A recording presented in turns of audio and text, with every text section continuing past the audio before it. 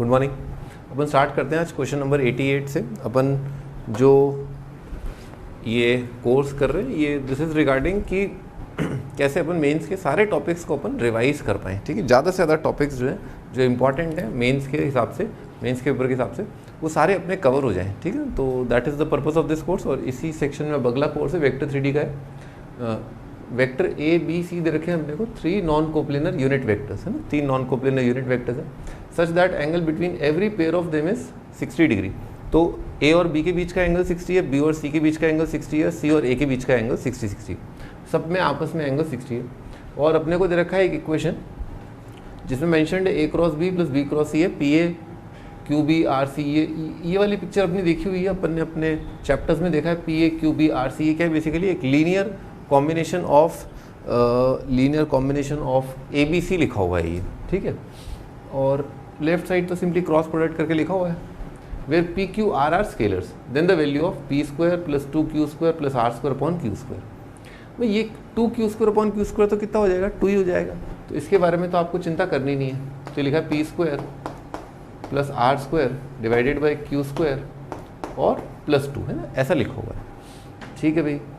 Then the value of this, अभी ऐसा लग रहा है देखने से कि भाई P0 R0, आप सोचो ना क्या ये ऑप्शन हो सकता है। ये ऑप्शन तब होगा जब आपका P0 होगा और R0 होगा, ठीक है ना। क्या होगा, P0 R0।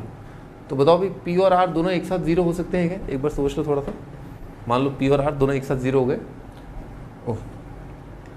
P और R दोनों एक साथ 0 हो गए तो क्या होगा, A cross B plus B cross C कितना हो जाएगा, QB हो जाएगा। क्या ये हो सकता है, क्यों?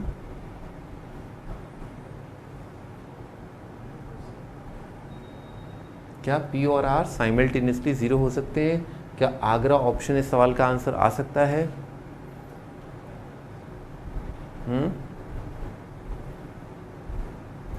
देखो ये जो लिखा है ना, इसको ऐसे लिख सकते हैं बी क्रॉस सी को अपन एक्सप्लोर कर रहे हैं बेसिकली, ऐसा नहीं है अपन सब्जेक्टिवली अप्रोच करेंगे इस क्वेश्चन को, पर अभी तो बस मैं एक ऑब्जेक्टिव अप्रोच बता रहा हूँ जिससे अपन कुछ ऑप्शंस को एलिमिनेट कर पाएँ, ठीक है ना। इस तरह से भी अपने को सोचना आना चाहिए। तो राइट साइड जो बी क्रॉस सी लिखा है ना, इसको ऐसे लिख सकते हैं ए क्रॉस बी माइनस सी क्रॉस बी है ना। ए क्रॉस बी का नेगेटिव क्या होता है, बी क्रॉस ए, और इसमें क्या क्रॉस विद बी जो है कॉमन आ जाएगा डिस्ट्रीब्यूशन लॉ से। तो इसको लिख सकते हैं ए माइनस सी का क्रॉस विद बी, ऐसे लिख सकते हैं। अब मान लो राइट साइड लिखा है क्यू बी, और क्यू तो 0 होगा नहीं, क्यू तो डिनोमिनेटर में आ रहा है।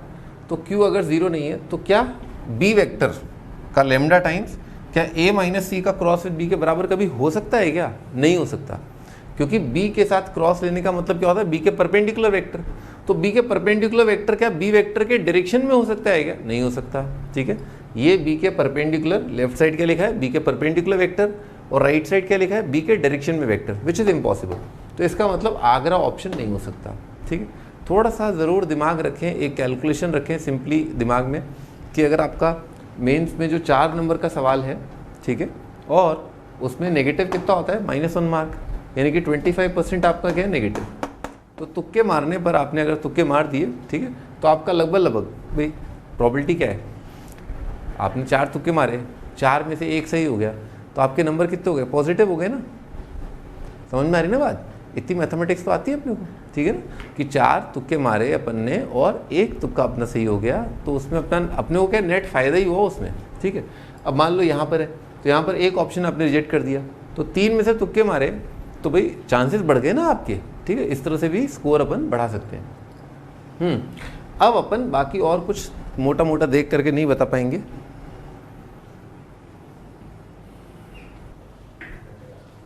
हाँ भी, तो अपन इसको सब्जेक्टिवली अप्रोच कर रहे हैं। तो इस टाइप के क्वेश्चंस के लिए जहाँ पर अपने को कई सारे वेक्टर्स दे रखे हों, तो मैंने एक अप्रोच बताया था, और वो बहुत बेसिक और बहुत सिंपल अप्रोच है। जहाँ कहीं भी अपन क्रॉस प्रोडक्ट देखें तो वहाँ पर अपन दोनों साइड इक्वेशन के डॉट विद कोई वेक्टर लें, तो जो सबसे सही पॉसिबिलिटी बैठती है वो यही है कि अपन डॉट विद ए लें, डॉट विद बी लें, डॉट विद सी लें, ठीक है। तो पहला काम ये करना है अपने को,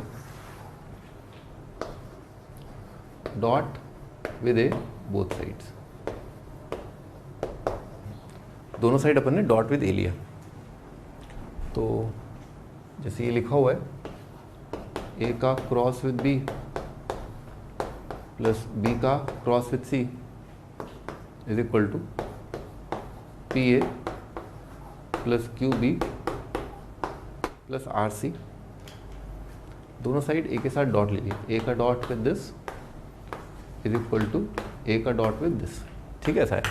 अब यहाँ पर ये जो है ये ए का dot with A cross b, ये बन जाएगा box of a a B.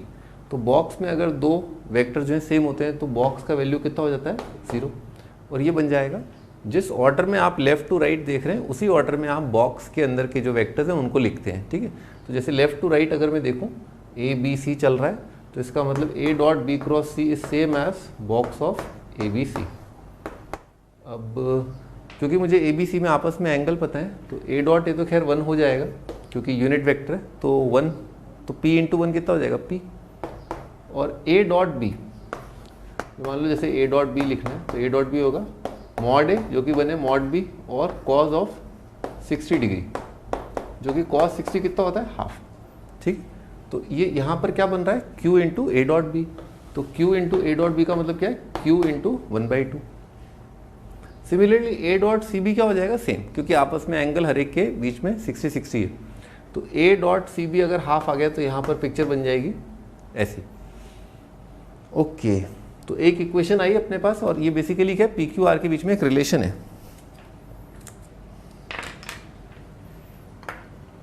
अच्छा,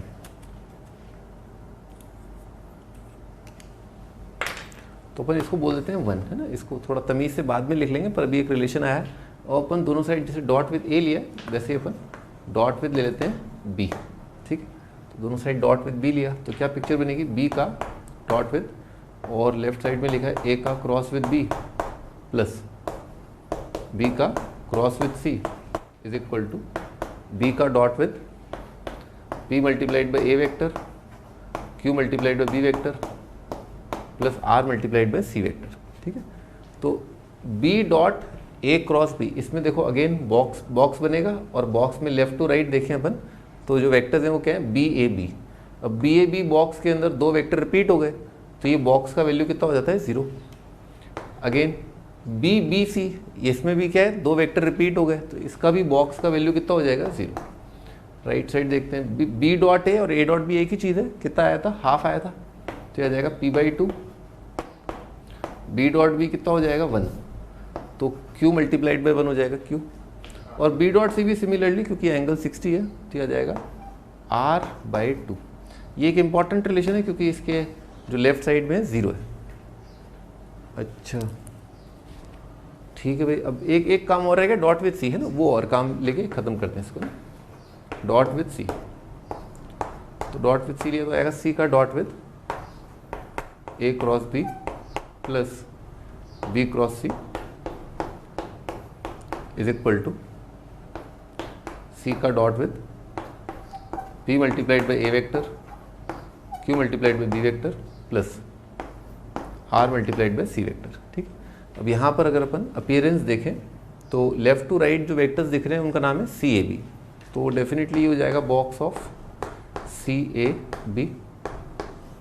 और यहाँ पर देखें सी बी सी, ठीक है, तो सी बी सी में क्या है दो वेक्टर जो रिपीट हो रहे हैं तो कितना हो जाएगा box 0 is equal to c into c dot a और ए डॉट सी एक ही बात है तो यह आ जाएगा p/2, सी डॉट बी और बी डॉट सी क्या है एक ही बात है तो ये आ जाएगा q/2, और सी डॉट सी ऑफकोर्स फिर ये 1 आ जाएगा r। ये प्लस थर्ड इक्वेशन।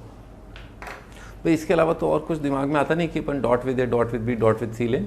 आप ये बेवकूफ़ी बिल्कुल मत करना कि आप मान लें ए वेक्टर को a1i a2j a3 के और फिर i j के कंपोनेंट, यहाँ पर i j के कंपोनेंट बराबर करके दोनों साइड 3 इक्वेशन बनाएं, ऐसा नहीं करना है अपने को, है ना। मैंने हमेशा बताया आपको कि कभी आप वेक्टर्स जो अननोन वेक्टर्स हैं उनमें कभी ये अप्रोच न लगाएं कि you start the question by assuming vectors as i j k component की टर्म्स में, है ना। इससे क्या रायता फैल जाएगा और बहुत ज़्यादा नंबर ऑफ इक्वेशंस हो जाएंगी, आपके कंट्रोल में नहीं रहेंगी। हाँ उनमें कुछ सिमेट्री होगी पर वो आपके टोटल कंट्रोल से बाहर है, ठीक है। तो नेवर स्टार्ट वेक्टर 3D का क्वेश्चन,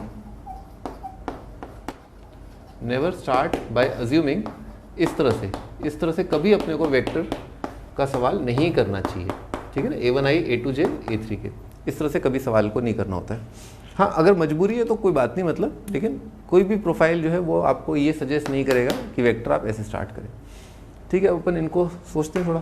तो यहाँ पर ये दिख रहा है, ये साइक्लिक ऑर्डर है ना, मैंने बताया था आपको क्लास में, box ABC, box ABC, BCA, CAB, इन तीनों के डब्बे क्या होंगे, बराबर, क्योंकि इनमें क्या साइक्लिसिटी मेंटेन्ड है ना। साइक्लिसिटी ऐसे देख सकते हो आप, जैसे ये A है, ये B है, ये C है, और इस तरह से साइकिल चलती है, ABC, BCA और CAB, तीनों का डब्बा सेम।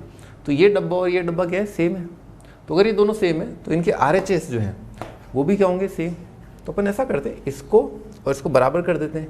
भाई इसको और इसको बराबर किया तो Q/2 और Q/2 तो यूँ ही बराबर हो गया है ना। और P और दूसरी साइड के एक बार लिख लेते हैं इसको, P + R/2 is equal to P/2 + R। तो ये कितना हो जाएगा, P/2 is equal to R/2। ये तो P is equal to R आ गया। तो अगर P is equal to R है तो बेसिकली क्या लिखा हुआ है, ट्वाइस P² बाई Q² है ना, ऐसा लिखा हुआ है। थोड़ा और चिंतन मनन करते हैं भी, इस इक्वेशन में रखना बाकी है और इसमें काफ़ी फायदा मिलेगा अपने को, क्योंकि लेफ्ट साइड 0 है। तो P और R बराबर है, तो P/2 + P/2, P/2 + P/2 कितना हो जाएगा, P हो जाएगा। तो ये जो लिखा हुआ है P, ये दोनों को जोड़ के क्या आएगा, P। तो ये लिखा हुआ है P + Q is equal to 0। तो P + Q अगर 0 है, इसका मतलब P + Q अगर 0 है, इसका मतलब P इज इक्वल टू कितना हो जाएगा, -Q, स्क्वायर कर दिया तो कितना आएगा, P² बराबर Q² के, क्योंकि -Q और Q का स्क्वायर क्या होता है, सेम। तो अगर P² और Q² बराबर है तो ये जो नंबर है कितना हो जाएगा, 1। तो ये 1 हो जाएगा, 1 × 2 कितना हो जाएगा, 2, 2 + 2 कितना हो जाएगा, 4। तो अपना आंसर है 4। ठीक है। तो भाई इस क्वेश्चन से अपन ने क्या क्या सीखा, इस क्वेश्चन से अपना रिवाइज हुआ एक बहुत सिंपल सा फंडा जो मैंने बताया था, थ्योरम इन स्पेस 3D के अंदर। 3D और वेक्टर दोनों एक ही बातें होती है, मैं तो आपको बता रहा हूँ बार बार, क्लास में बताया था कि 3D और वेक्टर एक ही चीज़ है। थ्योरम इन स्पेस में देखा था किसी भी वेक्टर को कैसे लिख सकते हैं, लीनियर कॉम्बिनेशन से। और एक चीज़ जो बार बार अपन ने जो थ्योरम इन स्पेस में देखी थी वो ये थी कि किसी इक्वेशन में अगर इस तरह का प्रोफाइल है तो क्या करना होता है, दोनों side dot with A, dot with B, dot with C, इस तरह से अपने को इक्वेशन प्रिपेयर करनी होती है। खास तौर पर ये थॉट इससे भी आता ही है कि अपने को वेक्टर के मैग्नीट्यूड दे रखे हैं, यूनिट वेक्टर, और उनके बीच में आपस में एंगल दे रखे हैं। ठीक है, इसीलिए अपन इस तरह का अप्रोच बनाते हैं। ठीक है, नेक्स्ट क्वेश्चन पर चलते हैं।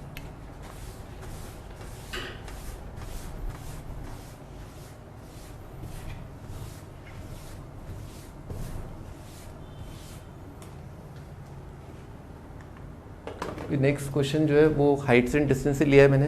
अभी रिसेंटली IIT में लगातार 3-4 साल से है ना हाइट्स एंड डिस्टेंस का एक क्वेश्चन आया है जो बहुत आसान होता है। ठीक है, और अभी रिसेंटली जो IIT में जो क्वेश्चंस आए हाइट्स एंड डिस्टेंस से रिलेटेड, उनमें जो सबसे डिफिकल्ट क्वेश्चन आया, ठीक है, वो ये वाला था। इसको लिया है ताकि अपना जो सबसे डिफिकल्ट क्वेश्चन है वो रिवाइज हो जाए, तो अपन ईजी क्वेश्चन अपन आराम से बना के आ सकते हैं। तो PQR is a triangular park with PQ PR बराबर है आइसोसेलेस ट्राइंगल है। TV tower stand at the mid point. अब इसमें मैंने डायग्राम भी थोड़ा टफ था इसलिए इसको लिया है। इसमें एक 3D डायग्राम बनेगा। ठीक है, PQR is a triangular park, जैसे ये P है, ये ट्राइंगुलर पार्क बना दिया मैंने, P Q R, PQ और PR बराबर है, ये भी 200 मीटर है, ये भी 200 मीटर है। TV tower stands at the mid point of QR है ना, यहाँ पर QR के मिड पॉइंट पर है, यहाँ पर एक टावर है। अब 3D डायग्राम बनाएंगे अपन और ये दिखाएंगे कि हाँ यहाँ पर एक टावर खड़ा है, जैसे इस तरह से। ये थोड़ा डायग्राम को कंफ्यूजिंग कर रहा है। ठीक है, तो टावर को अपन ऐसे दिखाए थे, इस तरह से ये टावर खड़ा हुआ है। ठीक है, और mid point of QR, if the angle of elevation of top of tower at PN Q and R, angle of elevation P पर, तो P से अगर अपन इस टावर को देख रहे हैं तो टावर जो है, अब 3D में इमेजिन करना होगा आपको कि जैसे ये है, ठीक है, यूँ, ये तो क्या हो जाएगा मीडियन अपना, और यहाँ पर टावर खड़ा है, तो ये मैं मीडियन बना रहा हूँ। तो मीडियन जो लाइन है वो क्या है, हॉरिजॉन्टल लाइन है, और ये जो टावर खड़ा है ये इस लाइन के साथ है ना, यही इमेजिन करना है अपने को। भाई कहाँ पर है, यहाँ मिड पॉइंट को कुछ बोला है इसने, मिड पॉइंट ऑफ, चलो ठीक है, अब इसको बोलते हैं T बोल देते हैं लेट्स से। तो मैं क्या करता कि ये PT जो है वो क्या है, मीडियन है, और ये जो वाइट रेखा है यहाँ से यहाँ तक जो रेखा है, रेखा जो है सीधी खड़ी है, तो रेखा जो है सीधी खड़ी है, और ये अमिताभ बच्चन क्या लेटा हुआ है, तो अमिताभ बच्चन और रेखा के बीच में एंगल क्या है, 90 है। ठीक है, और अपन क्या है, इसको जो है ये यूँ करके जोड़ दिया अपन ने। तो now you should be able to visualise, visualisation ये होना चाहिए कि अमिताभ बच्चन जो लेटा हुआ है, रेखा यूँ खड़ी है, तो इन दोनों के बीच का एंगल 90 है और ये राइट एंगल ट्राइंगल दिमाग में सेट हो जाना चाहिए, ठीक है। तो राइट एंगल ट्राइंगल का ये तो क्या हो जाएगा, बेस, ये हो जाएगा परपेंडिकुलर, और यहाँ से यहाँ तक का जो दूरी है वो क्या हो जाएगा, हाइपोटेनस, ठीक है। Angle of elevation of top of tower at p q r are respectively 45 degree. Angle of elevation of top of tower at p, अच्छा जी, ये वाला जो एंगल है वो क्या कह रहा है, यहाँ पर एंगल कितना है 45, और क्या बोल रहा है, इसको यहाँ से भी देख रहे हैं अपन Q से, ये वाला एंगल कितना है 30 है, साथ साथ अपन इसको कहाँ से देख रहे हैं, टॉप ऑफ टावर को R से भी देख रहे हैं, तो ये वाला एंगल जो है, ये एंगल कितना है 30 डिग्री। अब क्या कह रहा है, then the height of tower है, इस टावर का हाइट अपने को बताना है क्या होगा। ऑल राइट, तो भाई ये बात तो हमें वैसे भी समझ में आ रही थी, क्योंकि ये मिड पॉइंट है। थोड़ा सोचो ना, अगर ये मिड पॉइंट है तो आप अगर यहाँ से देखेंगे, चाहे यहाँ से देखेंगे, चाहे यहाँ से देखो Q से या R से, तो जो एंगल है वो तो क्या आएगा, सेम ही आएगा ना, क्योंकि ये मिड पॉइंट पर है ना, सिमेट्री दिख रहा है, दोनों ट्राइंगल क्या हो जाएंगे, कॉन्ग्रेंट, ठीक है। और इसका लेंथ दे रखा है अपने को, क्या पूछा है इसे, हाइट ऑफ टावर। तो सबसे पहले जो अननोन क्वांटिटी है उसको मान लेते हैं अपन h, ठीक है। अच्छा, इस ट्राइंगल का फ़ायदा उठाते हैं क्योंकि ये अपने को 45 डिग्री दे रखा है, तो PT किसके बराबर आ जाएगा, h के बराबर आ जाएगा। भाई राइट एंगल ट्राइंगल में एक एंगल 45, तो इसका मतलब दूसरा एंगल भी क्या हो जाएगा 45। तो 45 मतलब आइसोसेलेस, आइसोसेलेस मतलब PT is equal to height, लिख लेते हैं। तो लेंथ ऑफ मीडियन कितना आ गया, h, लिख लो इस बात को ना, PT का वैल्यू जो है वो h है। राइट एंगल ट्राइंगल है, आइसोसेलेस राइट एंगल ट्राइंगल, 45 45 90। अच्छा, अब क्या करना है, अब इसने ये वाला एंगल 30 दिया है, तो बेटा अगर ये वाला हाइट जो है वो h है ना, ये वाला हाइट जो है h है और ये एंगल जो है 30 है, तो क्या अपन यहाँ से यहाँ तक इस पर अपन टिप्पणी दे सकते हैं, हाँ दे सकते हैं। tan थीटा लगा देंगे, तो tan 30 लगा दिया अपन ने, tan थीटा होता है परपेंडिकुलर डिवाइडेड बाय QT, और tan 30 का वैल्यू कितना होगा 1/√3, तो ये आएगा 1/√3। यहाँ से अपन QT बोल सकते हैं, कितना आ गया h√3। अच्छा h√3, तो ये हो गया h√3 और ये मिड पॉइंट की वजह से ये भी h√3। तो पूरी ट्राइंगल की जो साइड, थर्ड साइड QR, वो बराबर आ जाएगी आपकी 2h√3 की। हाइट्स एंड डिस्टेंस के क्वेश्चंस में डायग्राम का बहुत बड़ा रोल होता है ना, डायग्राम बहुत इंपॉर्टेंट होता है।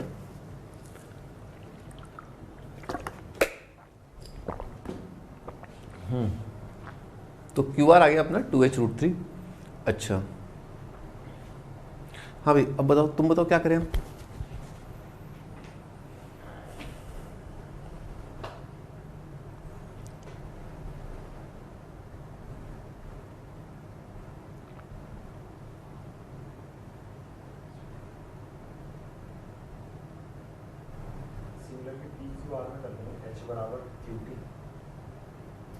PQR में कर लेंगे h बराबर QT। बेटा h बराबर QT का है, h तो बराबर है QT अपॉन √3 के। 45 डिग्री थोड़ी ना वहाँ पर एंगल, थोड़ा और सोचो बेटे।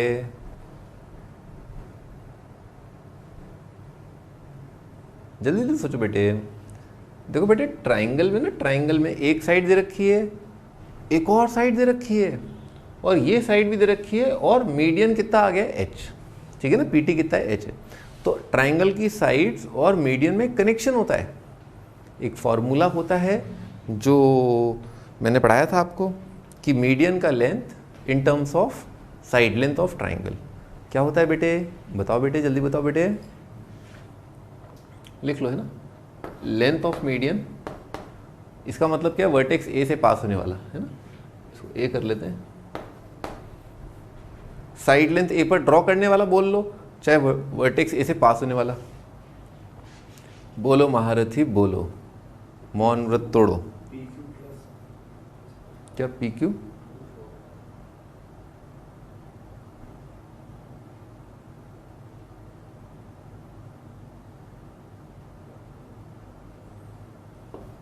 देखो भाई, half under root of twice of B square plus twice C square minus A square है ना, ये लेंथ ऑफ मीडियन का फॉर्मूला होता है।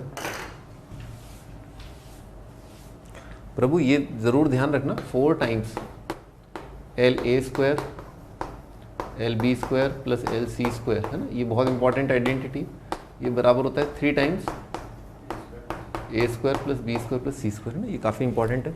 मीडियंस की लेंथ के स्क्वायर का सम और साइड्स की लेंथ के स्क्वायर का सम, इनका रेशियो होता है 4:3 या 3:4। अब इसमें क्या है, अपने को कितनी चीज़ें नोन है, ए बी सी नोन है और एल नोन है इन टर्म्स ऑफ एच, तो एक रिलेशन आ जाएगा, रिलेशन है अपने पास, तो उससे अपन एच निकाल लेंगे। लेंथ ऑफ मीडियन कितना है, एच है, तो 2 इधर उचका लिया। अब बस ये थोड़ा साइड को सही से फिट कर लेना भाई, इधर से जो ड्रॉ किया गया है ना, मीडियन तो एच है, सामने वाली जो साइड है वो कितनी है 2h√3 है ना, तो यहाँ पर ए कितना है 2h√3, तो 2h√3 का स्क्वायर माइनस, ठीक है, और 2b स्क्वायर ट्वाइस ऑफ 200 का स्क्वायर प्लस ट्वाइस ऑफ 200 का स्क्वायर, ठीक है ये। अच्छा, अपन ने दोनों साइड स्क्वायर कर दिया तो कितना आएगा 4h स्क्वायर, और यहाँ पर 4 × 3 कितना हो जाएगा 12, तो आएगा 12h स्क्वायर, और यहाँ पर कितना आएगा 2 × यह आ जाएगा 4 × 200 का स्क्वायर, ठीक है, ऐसा है। अब आंखों से दिख रहा है भाई 4 से अपन आराम से ठंडे ठंडे डिवाइड कर सकते हैं, 4 से क्या मुझे लग रहा है 16 से ही डिवाइड कर देते हैं सीधे, है ना, क्योंकि उधर जाके कितना हो जाएगा 16h स्क्वायर, तो 16 से डिवाइड कर दिया, लिख लिया, और यहाँ पर देख रहे हो 4 × 4 कितना हो जाएगा 16, तो फटाफट दिख रहा है एच का वैल्यू कितना आ गया 100 मीटर, आंसर कितना है 100 मीटर, तो दिस इज आवर आंसर। तो इस क्वेश्चन से हमने क्या सीखा, इस क्वेश्चन से हमने सीखा कि एक तो हाइट्स एंड डिस्टेंस में डायग्राम बनाना बहुत इंपॉर्टेंट है, डायग्राम आपका क्लियर है तो आप ट्रिग्नोमेट्रिक रेशियोज बहुत आराम से बहुत जल्दी लिख पाओगे, ट्राइंगल आराम से दिखना चाहिए आपको कि कहाँ कहाँ पर क्या क्या ट्राइंगल बन रहे हैं। दूसरा एक बहुत इंपॉर्टेंट रिजल्ट कि जो लेंथ ऑफ मीडियन होता है किसी भी वर्टेक्स ए से पास होने वाला, उसका एक फॉर्मूला होता है। एक मैंने अपनी तरफ से आपको एडिशनल रिजल्ट बता दिया जो काफ़ी इंपॉर्टेंट है ना। ठीक है, अब नेक्स्ट क्वेश्चन पर आते हैं। हाइट्स एंड डिस्टेंस पर एक क्वेश्चन आ जाता है, कई बार फंस जाता है, फंस जाए तो बढ़िया है अपना, है ना।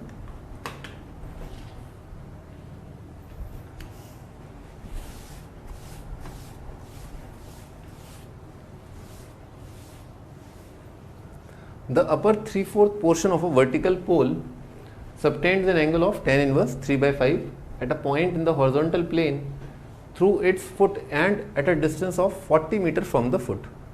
A possible height of the vertical pole is,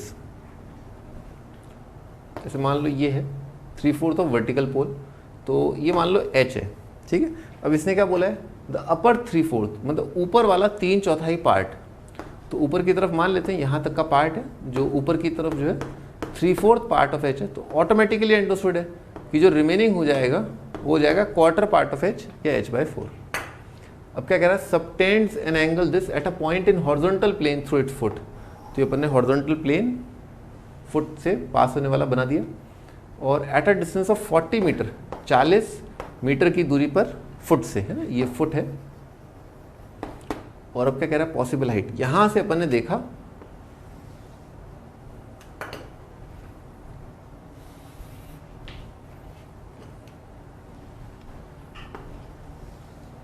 हम यहां से अपन ने देखा तो ये क्या एंगल सबटेंड कर रहा है, ठीक है, ये वाला, इस एंगल की बात कर रहा है ना, ये वाला जो एंगल है जो ऊपर वाला 3/4 पार्ट ऑफ एच सबटेंड कर रहा है, ये एंगल अपने को दे रखा है थीटा।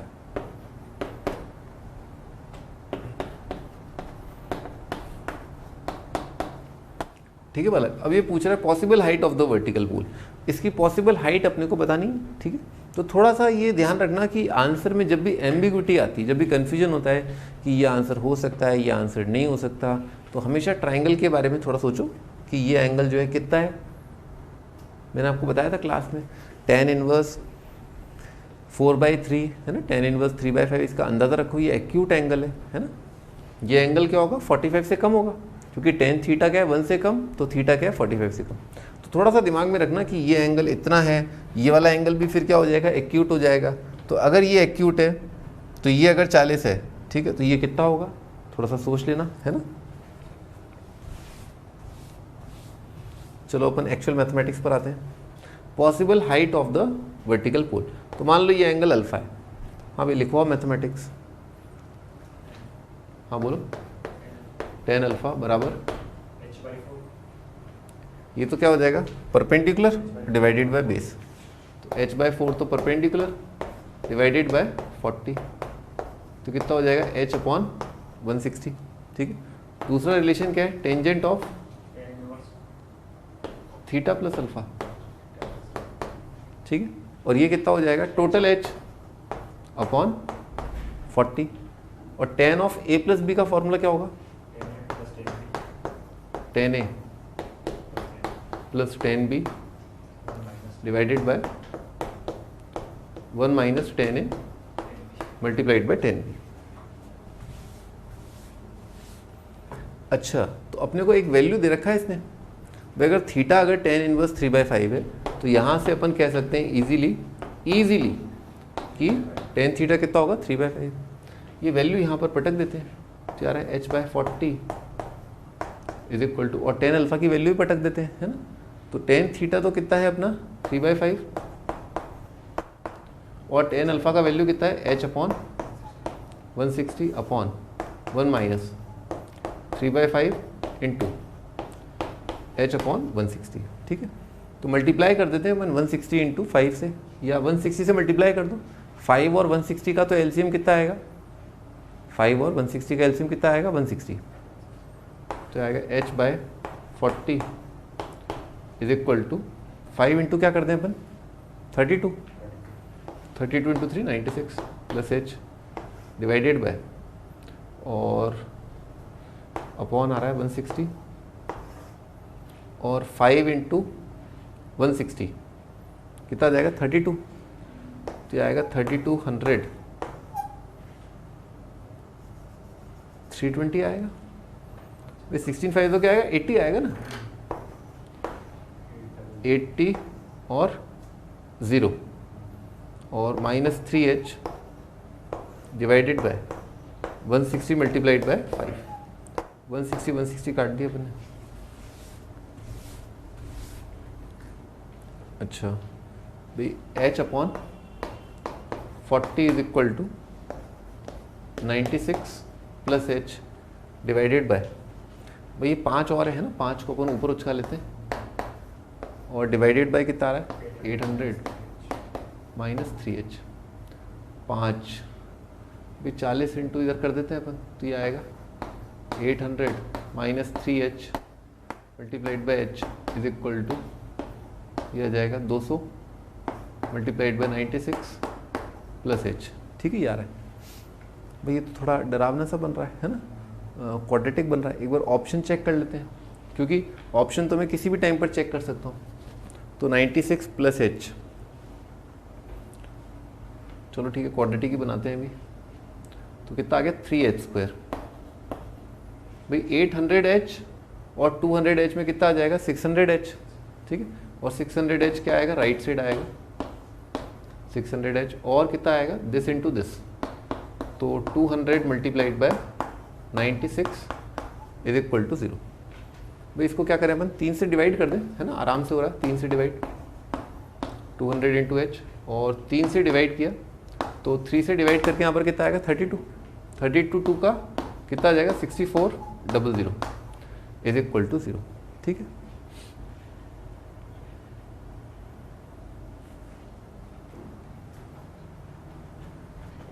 हाँ भाई ये अपन से एक छोटी सी गलती हो गई है, यहाँ पर क्या है कि 600 का नेगेटिव आएगा ना, -600 आएगा, तो यहाँ पर हो जाएगा -200। अब अपने को सोचना है दो नंबर्स जिनका प्रोडक्ट कितना हो 6400 और उनका सम कितना हो -200। तो अगर मान लो दो नंबर सोचने हैं, उनका सम है -200 और उनका प्रोडक्ट है 6400, तो अपन को पता है 16 4 64 होता है, तो 16 से मेरा मतलब ये और दिख गया अपने को, है ना। तो कोफिशिएंट 1 है तो रूट यही आ जाएंगे 160 और 40। एक बार ऑप्शन पे नज़र हमेशा रखते हैं अपन, तो 160 क्योंकि ऑप्शन में नहीं है तो एक ही पॉसिबिलिटी है 40 अपना आंसर है। ठीक है, तो 40 होने का आंसर मतलब क्या हो जाएगा सी ऑप्शन हो जाएगा।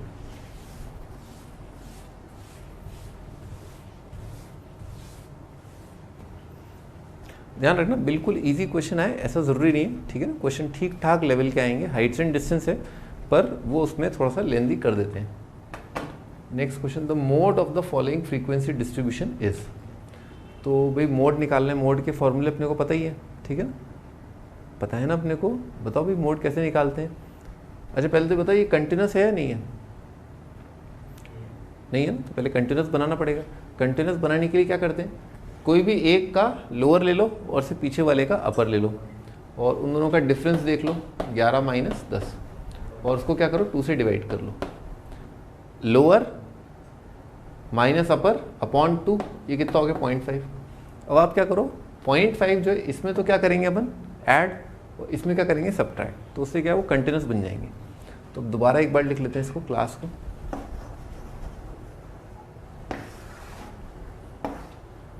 पॉइंट 5 से 10.5, 10.5 से लेकर के 20.5, 20.5 से लेकर के 30.5, 30.5 से लेकर के 40.5, 40.5 से लेकर के 50.5, ठीक है। और फ्रीक्वेंसी देखते हैं एफ आई, तो फ्रीक्वेंसी तो खैर वही रहेगी 5, 7, 8, 6, 4, ठीक है। हाँ बेटे अब मुझे बताओ तो प्लीज़ प्लीज़ प्लीज़ मुझे बताओ कि ये जो मोड है उसका फॉर्मूला क्या होता है, मोड का मतलब क्या होता है। सबसे ज़्यादा मोड होता है जो मैक्सिमम ऑब्जर्वेशन जिसकी फ्रीक्वेंसी सबसे ज़्यादा हो। तो यहाँ पर अपन देखेंगे कि सबसे ज़्यादा कहाँ पर दिख रहा है अपने को 8, तो इसको मार्क कर लेते हैं। तो this is the model frequency. Model frequency कितनी आ गई 8। हाँ बेटे फॉर्मूला बताओ। हाँ बोलो बोलो क्या L, हाँ हाँ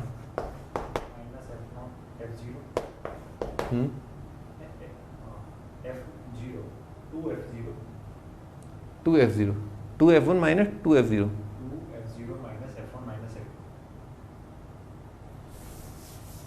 तो बोलो ना इसको मिटा दो। हाँ बोलो 2f0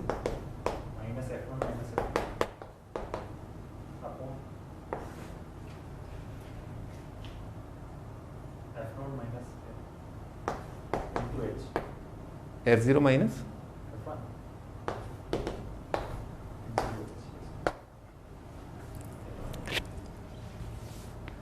जैसा कि सभी लोग जानते हैं आप बहुत टैलेंटेड हैं, ठीक है। तो एक बार फॉर्मूला अपन चेक कर लेते हैं, क्योंकि महारथी का फॉर्मूला जो चेक करना बहुत बनता है। हाँ भाई तो कोई बात नहीं, छोटी छोटी गड़बड़ होती रहती है, ऐसा कुछ नहीं है ना। इसी से इंसान सीखता है और आगे बढ़ता है। और यहाँ पर इस चीज़ का क्या रेसिप्रोकल आएगा है ना। f0 क्या है मॉडल फ्रीक्वेंसी, f1 f2 क्या है सोच लो, f1 अपर है या लोअर है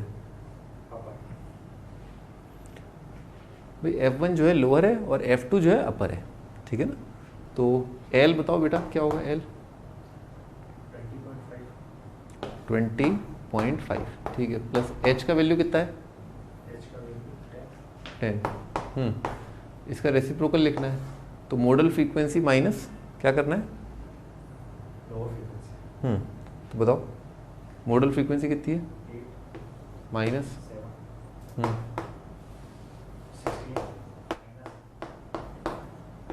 ठीक है आएगा। तो कितना आ जाएगा 1, 10 और ये कितना आ रहा है 3, 10/3 20.5 प्लस 10/3, तो 10/3 कितना हो जाएगा 3.33, तो कितना आ जाएगा 23.83 आएगा, है ना। तो आंसर बी ऑप्शन। भाई एक बार स्टैटिस्टिक्स में कुछ भी नहीं है, स्टैटिस्टिक्स में केवल फॉर्मूलेज हैं, वो फॉर्मूलेज क्लियर होने चाहिए। थोड़ा सा उनका डेरिवेशन ज़रूर कर लें आप, क्योंकि अगर आपने डेरिवेशन नहीं किया तो आपको जो बहुत बेसिक पार्ट है, अगर कोई फंडामेंटल क्वेश्चन पूछ लिया तो बिना डेरिवेशन किए तो आप उसको किल नहीं कर पाएंगे, कर ही नहीं पाएंगे, क्वेश्चन नहीं कर पाएंगे, ठीक है। डेरिवेशन ज़रूर कर लेना है ना। सपोज अ पॉपुलेशन ए है सब, जैसे ये पूरी तरह केवल एक बहुत सिंपल से फंडे पर बेस्ड है, डेफिनेशन पर कि वेरिएंस होता क्या है ना। Suppose a population A has 100 observations और वो 100 ऑब्जर्वेशन है 101, 102 से लेकर के 200। देख रहे हो ये सारे जो टर्म्स हैं वो किस में, अरिथमेटिक प्रोग्रेशन में। And other population B has 100 observation, उसमें भी 100 ऑब्जर्वेशन है और वो है 151, 152 से लेकर के 250। ये भी सारी ऑब्जर्वेशन किस में है, arithmetic progression. If V A and V B represent the variance of two population respectively, then V A upon V B is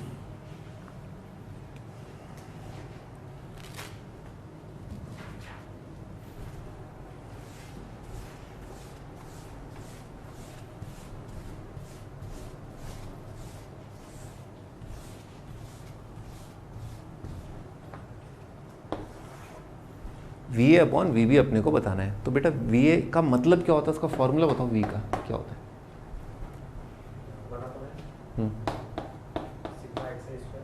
under root नहीं आएगा, शायद ना आए, शायद ना आए, मतलब ऐसा नहीं है मैं जो बोलूँ वो हमेशा सही हो। ओ बेटे ओ sigma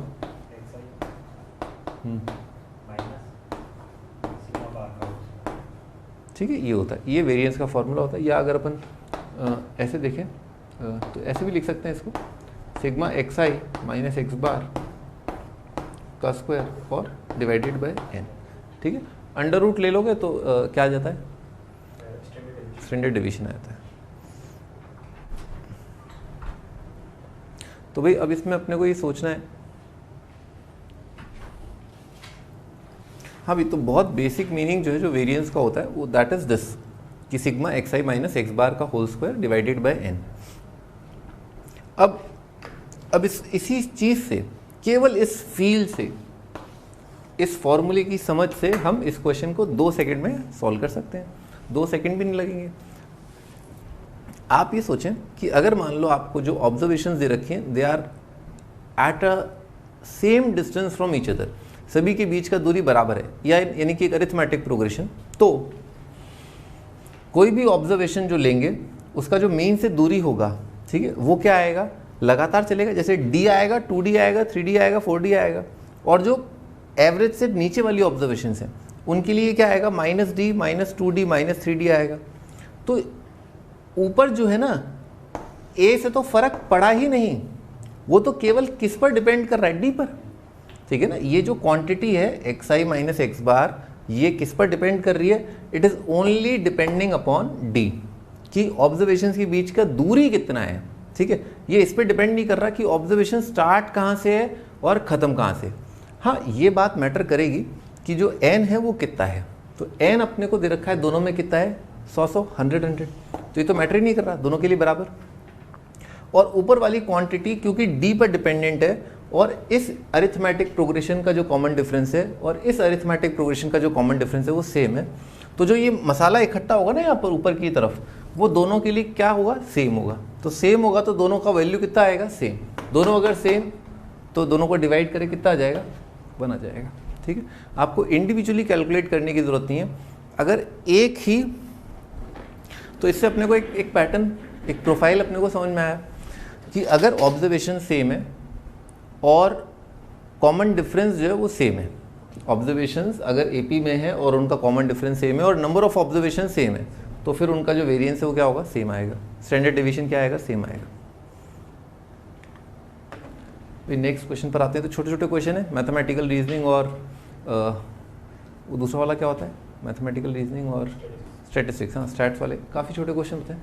if the standard division of the numbers 2, 3a and 11 is 3.5, then which of the following is true. तो बस यही रिलेशन है कि भाई स्टैंडर्ड डिवीजन जो है वो अगर 3.5 है तो भाई बताओ, निकालते हैं इस चीज़ को, यही फॉर्मूला है। तो पहले तो एवरेज निकाल लेते हैं।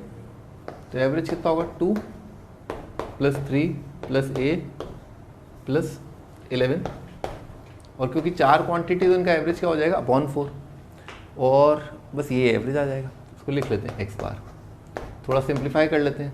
तो कितना आएगा, 5 + 11 कितना हो जाएगा, 16, 16/4 कितना हो जाएगा, 4, 4 + a/4 है ना, ये आ रहा है एवरेज। ठीक है भाई, तो एवरेज ये आ रहा है। तो स्टैंडर्ड डेविएशन ऑफ नंबर, अब अपन ये चीज़ लिखते हैं, कितनी बार लिखनी है चीज़, 4 बार, और n का वैल्यू कितना है, 4। और इसका अंडर रूट किसके बराबर है? 3.5 के, है ना, अंडर रूट 3.5 के बराबर। तो 3.5 is equal to square root, और n की वैल्यू कितनी है? 4। पहले के लिए लिखते हैं, पहली ऑब्जर्वेशन कितनी है? 2। तो xi माइनस एक्स बार, तो 2 माइनस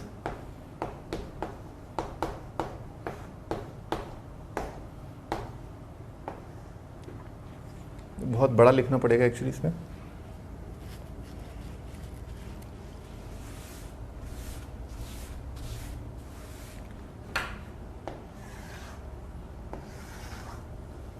हाँ भाई, एक तो ये लिख लिया अपन ने xi माइनस एक्स बार का स्क्वायर। अब अगली ऑब्जर्वेशन कितनी है? 3, तो 3 के लिए लिखते हैं 3 माइनस एक्स बार माइनस 4 माइनस a/4 का स्क्वायर प्लस अगली ऑब्जर्वेशन के लिए यानी कि a माइनस 4 माइनस a/4 का स्क्वायर प्लस अगली ऑब्जर्वेशन के लिए अगली ऑब्जर्वेशन क्या है? 11 माइनस 4 माइनस a/4 का स्क्वायर। ठीक है, ये आएगा। और अपन ने दोनों साइड स्क्वायर कर दिए, तो ये क्या लिखा हुआ है? 7/2 लिखा है। 7/2 का स्क्वायर कितना हो जाएगा? 49/4। राइट साइड में 1/4। अब यहाँ पर थोड़ा सिंप्लीफाई कर लेते हैं। कितना आ रहा है भाई? -2 माइनस a/4 का स्क्वायर प्लस यहाँ पर कितना आ जाएगा? a/4 प्लस 1 का स्क्वायर। यहाँ पर कितना आ जाएगा? 3a/4 माइनस 4 का स्क्वायर प्लस 11 माइनस 4 कितना हो जाएगा? 7 माइनस a/4 का स्क्वायर। ठीक है, तो ये 4 और 4 जो है ये दोनों तो कट गए, 11 49 इज इक्वल टू, तो ये कितना आ रहा है? 4 प्लस a²/16 और माइनस तो भूल ही जाओ, 2 इंटू दिस, तो यहाँ से कितना आ जाएगा? a। ठीक है, और यहाँ पर कितना आएगा? a²/16 plus 1 plus 2 into this कितना हो जाएगा? a/2 प्लस इसका स्क्वायर कितना आएगा? 9a² प्लस 16 और 2 इंटू दिस वो कितना आ जाएगा? -6 से और 49 और प्लस आएगा a²/16 और 2 इंटू दिस है ना, तो कितना आएगा? -7a/2। ठीक, अब ये 49 और 49 गॉन। भाई कांस्टेंट टर्म देख लेते हैं एक बार। 16 1 17 17 21 है ना, ये 21 आ रहा है। लिख लिया। अच्छा, क्वाड्रेटिक टर्म देख लेते हैं। a²/16 9a², तो अपॉन 16 आ रहा है। 9 प्लस 1 कितना हो जाएगा? 10 10 प्लस 1 11 11 प्लस 1 12, तो आएगा 12a²/16। लिख लिया। और क्या आएगा? a प्लस a/2 -6 से -7a/2, तो a/2 -7a/2 कितना आएगा? -6a/2 -3a, तो ये आ गया -3a -2a -8a। एक बार यहाँ पर काटा पीटी मचा लेते हैं। ये कितना आ जाएगा? 3/4 लिखा हुआ है, और ये आ जाएगा 21 plus 3/4 into a² -8a is equal to 0। 4 से मल्टीप्लाई कर लिया, तो आ रहा 3a², 8 4 32 है, और 21 इंटू 4 हो जाएगा 84 इज इक्वल टू 0। ऑप्शन देखते हैं 3a²। सी ऑप्शन जो है करेक्ट ऑप्शन है। ठीक है,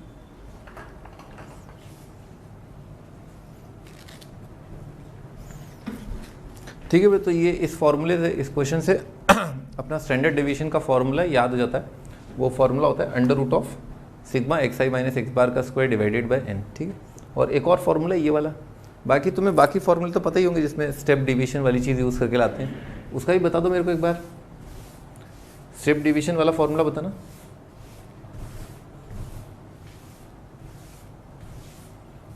क्या हो बेटे, आवाज़ नहीं आ रही बेटे? स्टेप डेविएशन से अपन जो स्टैंडर्ड डेविएशन निकालते हैं, मीन निकालते हैं ना, स्टेप डेविएशन से अपन ने UI निकाला था ना, xi minus D upon H करके, तो उसकी जो कैलकुलेशन है उससे जो स्टैंडर्ड डेविएशन आता है वो क्या होता है? एच टाइम्स होता है ना, एच टाइम्स होता है। तो आप सिग्मा, अगर आपको ओरिजिनल स्टैंडर्ड डेविएशन निकालना है और आपने जो है स्टेप डेविएशन वाले फंडे से जो स्टैंडर्ड डेविएशन निकाला है वो सिग्मा वाई है, तो आप स्टैंडर्ड डेविएशन स्टेप डेविएशन वाले को आप एच से मल्टीप्लाई कर दो तो आपको एक्चुअल वापस वही का वही मिल जाएगा, ठीक है। और वेरिएंस के केस में क्या हो जाएगा? H square. हाँ, 94th क्वेश्चन है, स्टेटमेंट 1 दे रखा है अपने को, नेगेशन ऑफ। हाँ भाई, इसको पढ़ के बताना एक बार, इसको पढ़ो इसको, यहाँ से यहाँ तक पढ़ना जरा, यहाँ से यहाँ तक, बस इतना सा पढ़ के बताओ। पूरे का पी, नेगेशन ऑफ पूरे का पी, ऐसे पढ़ेंगे इसको, है ना। नेगेशन ऑफ पूरे का पी, नेगेशन ऑफ आधे का पी। हाँ चलो दोबारा मौका दे रहा हूँ, है ना, पढ़ो इसको, बस पढ़ के बताना है तुम्हें कि यहाँ से लेकर के यहाँ तक इसको पढ़ते कैसे हैं, बस ये पूछ रहा हूँ मैं, पढ़ते कैसे हैं इसको।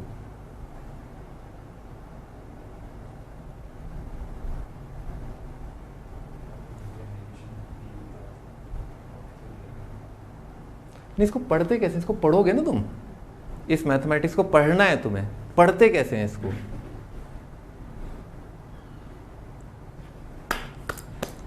ये लिखा हो बेटे P, और इसको क्या बोलते हैं, ये किसका सिंबल है? इम्प्लाई का बेटा, इम्प्लाइज तो है ना, ये होता है, ये होता है इम्प्लाइज का सिंबल।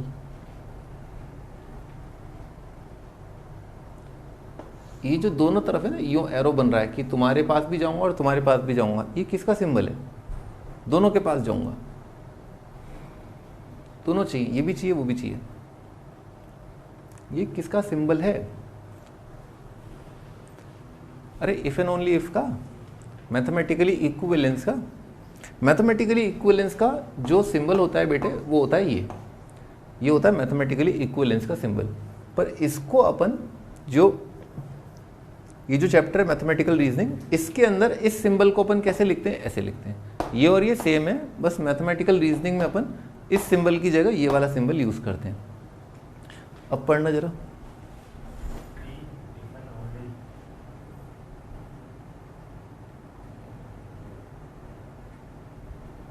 क्या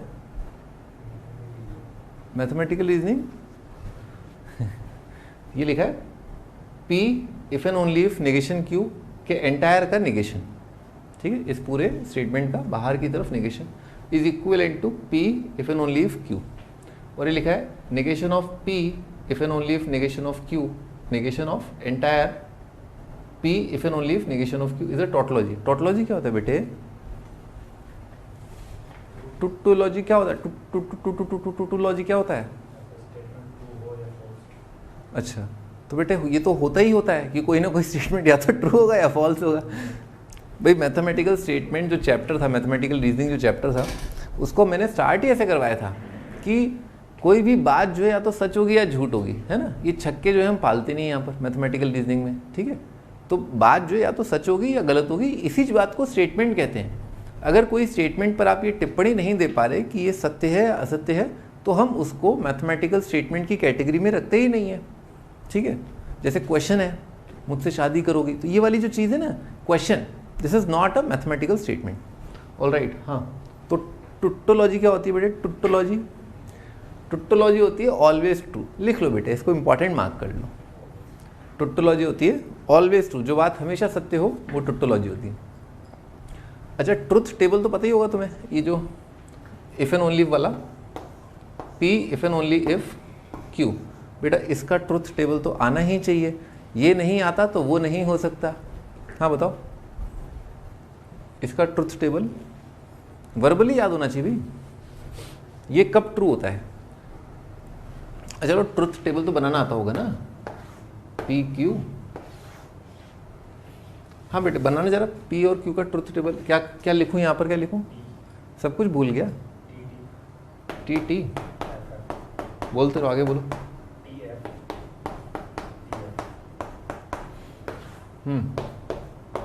हाँ ठाकुर साहब, बताया जाए P if and only if Q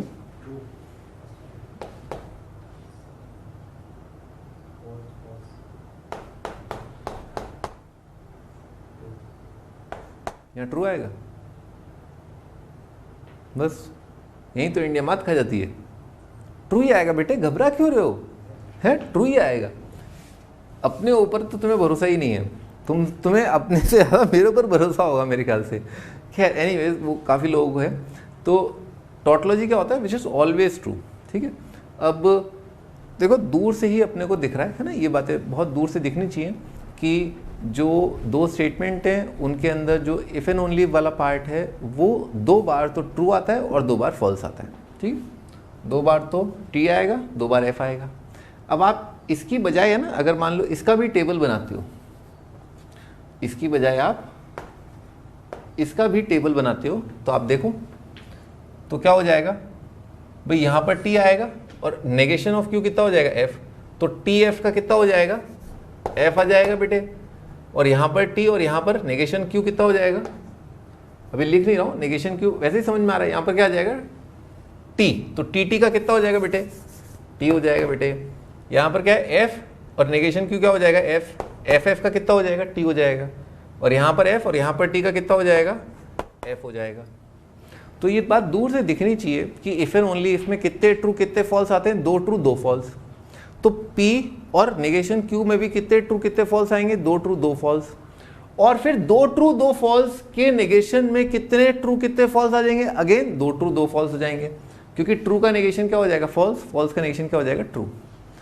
तो जाहिर सी बात है कि ये वाली जो चीज़ है ये टुट्टोलॉजी तो नहीं आएगी, ये तो क्या आएगी, 2 बार ही टुट्टो और 2 बार फैलेसी आएगी, ठीक है। तो दिस स्टेटमेंट इज फॉल्स, पहली बात।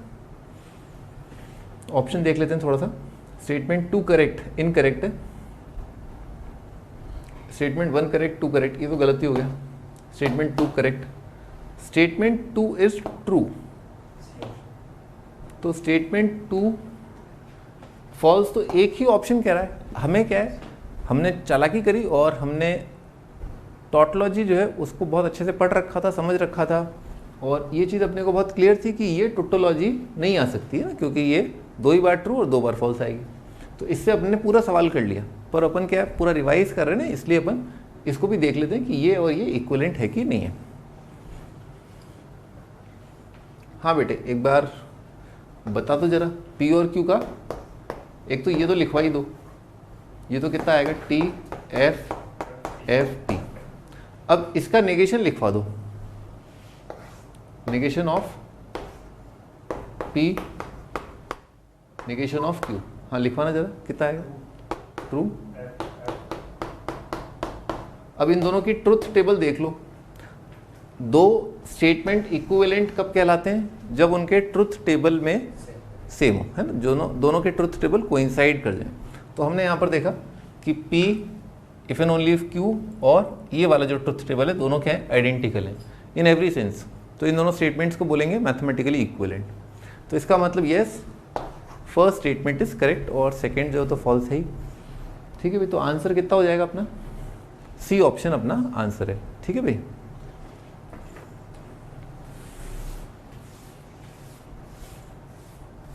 तो मेरे ख्याल से मैथमेटिकल रीजनिंग में मैं आपको यही सजेशन देना चाहूँगा कि you should revise the truth tables, है, ट्रुथ टेबल रिवाइज करें।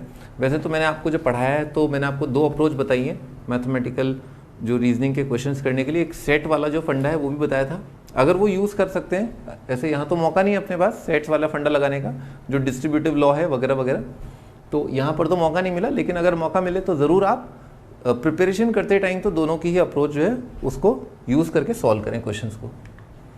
Next 95, consider the following statements. Suman is brilliant, Suman is rich, Suman is honest. Negation of the statement Suman is brilliant and dishonest if and only if Suman is rich. ये तो बहुत straight forward question है। Of course IIT में आया हुआ है, बहुत पहले आया था, लेकिन बहुत स्ट्रेट फॉरवर्ड क्वेश्चन है। लेकिन इस टाइप के क्वेश्चंस को मैंने यहाँ पर इसलिए रखा है ताकि आप इंग्लिश के स्टेटमेंट से मैथमेटिकल स्टेटमेंट्स बना पाएँ, ठीक है ना। ये बहुत इंपॉर्टेंट होता है, ठीक है ना, ये बहुत बेसिक पार्ट होता है इस चैप्टर का, इसीलिए उसको रिवाइज करने के हिसाब से ये क्वेश्चन यहाँ पर रखा है। हाँ महारथी, चालू हो जाओ। अरे सुमन ही दिख रही है तुम्हें, तो तुम्हें वो हॉनेस्ट और ब्रिलियंट और रिच देखना है तुम्हें, तुम सुमन देखने लग गए। सुमन, हाँ भाई बताओ भाई। अरे लिखेंगे कैसे, ये ई कैसे आएगा? हाँ, इसको कैसे लिखेंगे? सुमन इज ब्रिलियंट एंड डिसऑनेस्ट। देखो बेटे, पहले तो क्या अपने को व्हाट यू कॉल जो कनेक्टिव्स है ना उनको ढूंढना होता है। तो कनेक्टिव्स ढूंढो। इस स्टेटमेंट में तुम्हें कनेक्टिव्स कहाँ दिख रहा है बेटे, बताना जरा। आहा, एंड ओके। और कोई कनेक्टिव आपको दिख रहा है? Very good, if and only if, ये एक और कनेक्टिव। और कुछ? तो इफ एंड ओनली इफ के लिए क्या यूज करें? हाँ, तीर बना दूंगा मैं, और तीर में खैर छोड़ो, है ना, बताओ। हाँ, कहाँ बनाऊं तीर, बताना जरा। है, तुम तो बता दो ना करेक्ट कौन सा ऑप्शन है भाई।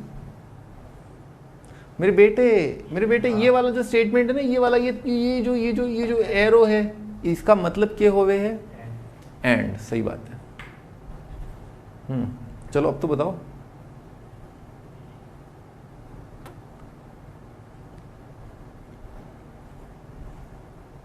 भाई क्या बोल रहा है? Negation of statement. तो बाहर की तरफ लगा दो टिल्डा। अब अंदर जो अपन कहानी लिखना चालू करते हैं। सुमन बहुत अच्छी लड़की है, ठीक है भाई, तो पी।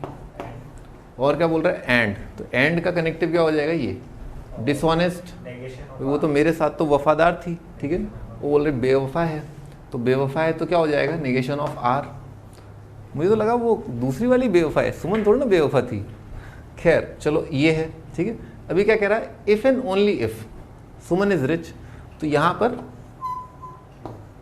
देखो, जब भी इफ एंड ओनली इफ आए, ठीक है, तो हमेशा ध्यान रखना इफ एंड ओनली इफ से पहले जो पार्ट है that is one part of statement, और जो इफ एंड ओनली इफ के बाद में या फॉलोड बाय जो पार्ट है that is another part of statement, ठीक है। वो स्टेटमेंट का सेकेंड पार्ट है। तो इसमें अपन एक ब्रैकेट बना दें यहाँ पर, ठीक है। ये चीज़ है if and only if this. तो क्या लिखा है? If and only if Suman is rich, क्यों आ जाएगा? अब मोटा मोटा तो ऐसे ही अंदाजा लग रहा है अपने को, ये है, एक बार चेक कर लेते हैं।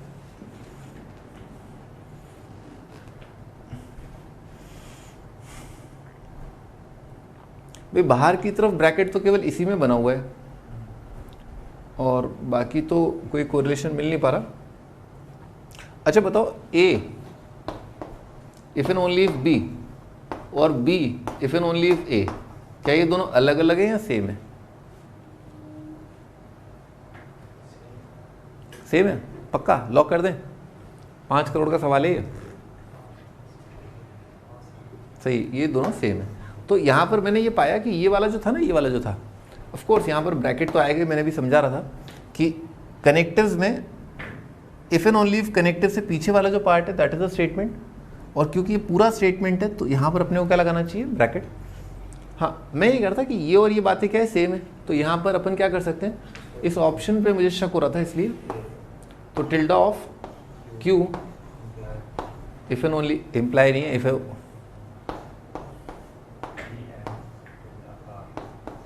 Tilde are. बेटे टिल्डा आर नहीं, वो निगेशन है, ठीक है ना।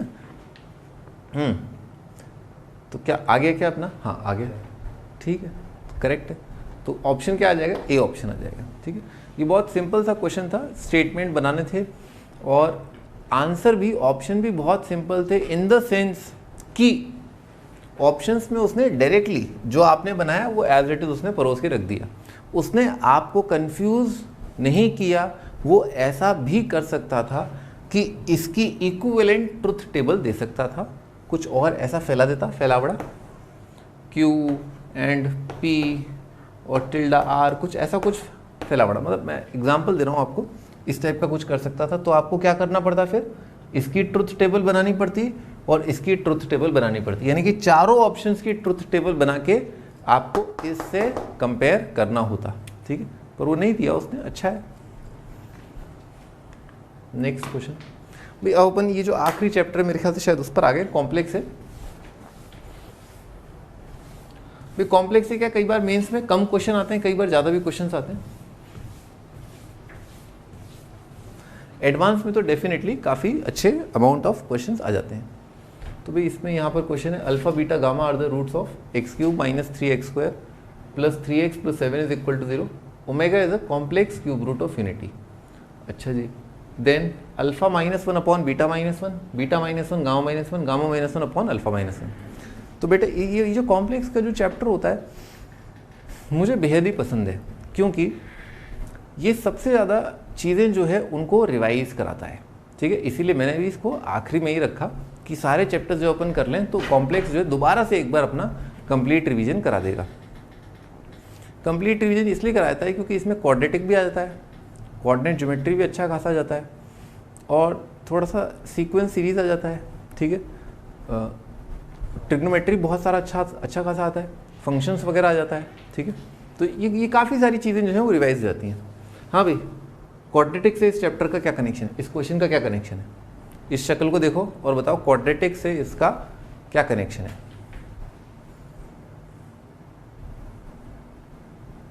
क्वाड्रेटिक में मैंने एक फंडा बताया था आप लोग को, वो था ट्रांसफॉर्मेशन ऑफ रूट्स। रूट्स में अगर आप हर एक रूट में एक कम कर दें, हर एक रूट में एक बढ़ा दें, सारे रूट्स को 2 से डिवाइड कर दें, सारे रूट्स को 4 से मल्टीप्लाई कर दें, तो आप इक्वेशन में कुछ ऐसी छेड़खानी कर सकते हैं जिससे रूट्स जो हैं उन पर ये असर पड़ेगा, जिसे कहते हैं ट्रांसफॉर्मेशन ऑफ रूट्स। तो भाई क्योंकि alpha minus one beta minus one, इसका मतलब क्या है, सभी रूट्स में इसने क्या कर दिया, एक कम कर दिया। तो अगर मान लो इसके रूट है अल्फा, बीटा और गामा, तो ऐसी क्यूबिक बना सकते हो तुम जिसके root alpha minus one beta minus one gamma minus one हो। कैसे बनाएंगे वो,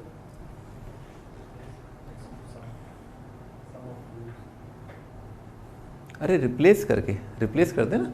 मान लो इस दुनिया में जहां जहां एक्स है, एक्स की जगह अपन कर दें एक्स प्लस वन, यानी कि एक्स प्लस वन का cube minus 3 into x plus one का square plus 3 into x plus one plus 7। हाँ बेटे ये बताओ इस क्यूबिक के रूट्स क्या है,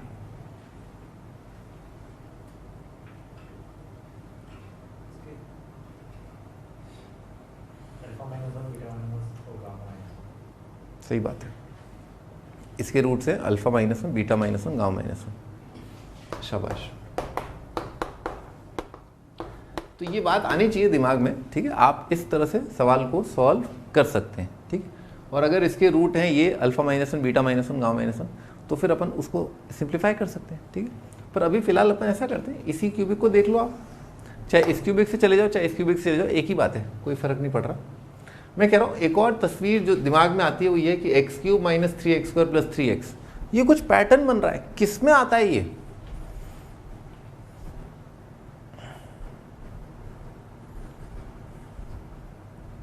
x cube minus 3x square plus 3x बेटे कहीं पर प्रकट होता है, कहाँ प्रकट होता है ये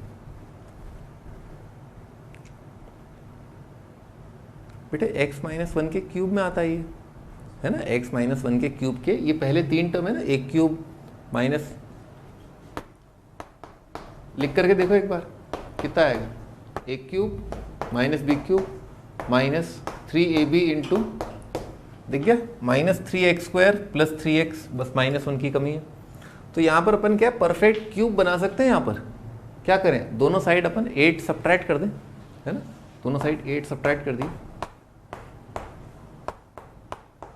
तो 0 माइनस 8 कितना हो जाएगा, माइनस 8, 7 माइनस 8 कितना आ जाएगा, माइनस 1, बन गया ये वाला तस्वीर। हाँ बेटे अब क्या होगा, इसको ऐसे लिख लें अपन,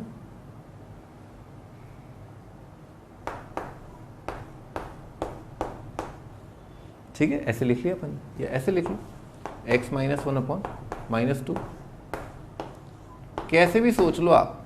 मैं तो क्या आपको क्लास में बताया था कि मुझे बहुत अच्छा लगता है एक क्यूब इज इक्वल टू 1 लिखना, क्योंकि 1 के जो क्यूब रूट ऑफ 1 क्या है, 1 ओमेगा ओमेगा स्क्वायर, ठीक है। तो x minus one is equal to कितना हो जाएगा, माइनस 2, जब 1 आया, x माइनस वन कितना हो जाएगा, minus 2 omega, x minus one कितना हो जाएगा, माइनस 2 ओमेगा स्क्वायर। तो बेसिकली जो रूट है ना, वो क्या क्या आ गए देखो एक बार बताना जरा भाई। अल्फा माइनस वन कितना हो गया, minus 2, alpha beta minus one कितना हो गया, minus 2 omega, gamma minus one कितना हो गया आपका, माइनस 2 ओमेगा स्क्वायर, ठीक है, ऐसे आ गया। ये तो मैं बहुत डिटेल में बता रहा हूँ आपको, पर मेरे ख्याल से ये अप्रोच काफ़ी सही है, इस अप्रोच से भी काफ़ी फायदा होता है, ये भी काफ़ी ठीक है। हाँ भाई अब क्या करेंगे, अब वैल्यू रख दो आप वहाँ पर, तो अल्फा माइनस वन पहली पिक्चर अपॉन दूसरी पिक्चर क्या है -2 ओमेगा, फिर बीटा -1, बीटा -1 क्या है -2 ओमेगा, गामा -1 क्या है -2 ओमेगा स्क्वायर, प्लस अगला क्या है गामा -1, गामा -1 क्या है -2 omega square divided by alpha -1, alpha -1 क्या है -2।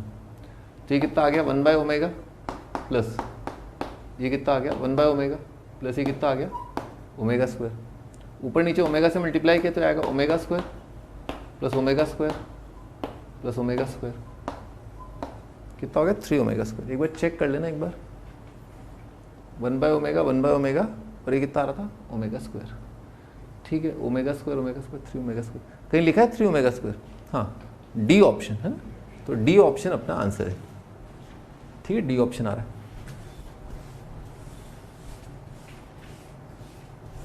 भी और मैंने बता दिया आपको दोनों मेथड है ना, एक तो ये है ही खैर और दूसरा ट्रांसफॉर्मेशन ऑफ रूट। एक ऐसी क्यूबिक बनाए जिसके लिए ये लिखाओ alpha by beta, beta by gamma plus gamma by alpha, ठीक है।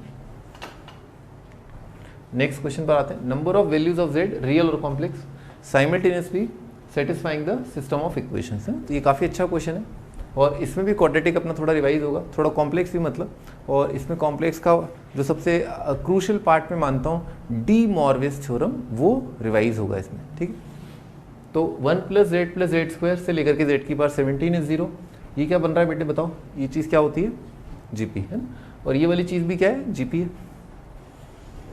Number of values of z simultaneously satisfying, अच्छा तो भाई एक तरीका भाई साइमल्टेनियसली सेटिस्फाइंग, ऐसे z जो एक साथ दोनों को सेटिस्फाई करें, यानी कि इसको भी सेटिस्फाई करें उसको भी सेटिस्फाई करें, तो ऐसे z को क्या बोलते हैं कॉमन रूट। किसका सवाल है ये, कॉमन रूट का सवाल है, ठीक है। तो लिखो let the common root be alpha, let common root be alpha.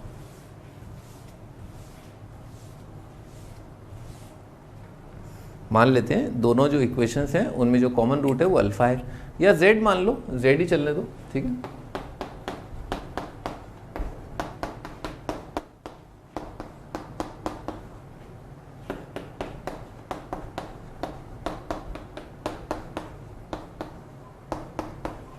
ठीक है, ये अपन ने मान लिया कॉमन रूट, और अपन ने क्या किया इन दोनों को सब्ट्रैक्ट कर दिया, ठीक है, ताकि यहाँ से यहाँ तक का तो पार्ट साफ हो जाए। तो कितना आएगा अल्फा की पार्ट 14, 15, 16, 17 इज इक्वल टू 0। इसमें क्या अल्फा की पावर 14 जो है वो तो कॉमन आ जाएगा, फिर आएगा 1 + alpha plus alpha square plus alpha cube is equal to 0। यहाँ से पटाख से दिख रहा है कि इस फैक्टर से अल्फा कितना आएगा 0 आएगा, और यहाँ से यहाँ तक है ना ये अपने आप में एक जीपी बन गया है। एक बार इसको लिख लेते हैं, alpha cube plus alpha square plus alpha plus 1 is 0। Alpha 0 तो हो ही नहीं सकता क्योंकि 0 रखोगे ना यहाँ पर, तो 0 0 0 1 आ जाएगा ये तो 1 इज इक्वल टू 0 होता है क्या, 1 इज इक्वल टू 0 तो होता ही नहीं है। तो इसका मतलब ये क्या है नॉनसेंस, ये कॉमन रूट हो ही नहीं सकता, है ही नहीं। अच्छा ये जो पार्ट है क्या लिखा है जीपी, बेटा जीपी का सम बताओ।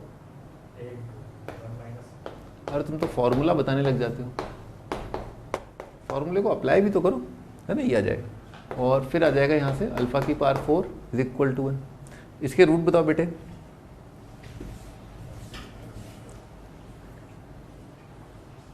इसके रूट तो याद होने चाहिए ना अपने को, मैंने क्लास में बताया था आपको, अल्फा की पावर 4 इज इक्वल टू 1 के रूट होते हैं, फैक्टराइज कर सकते हैं वैसे अपन।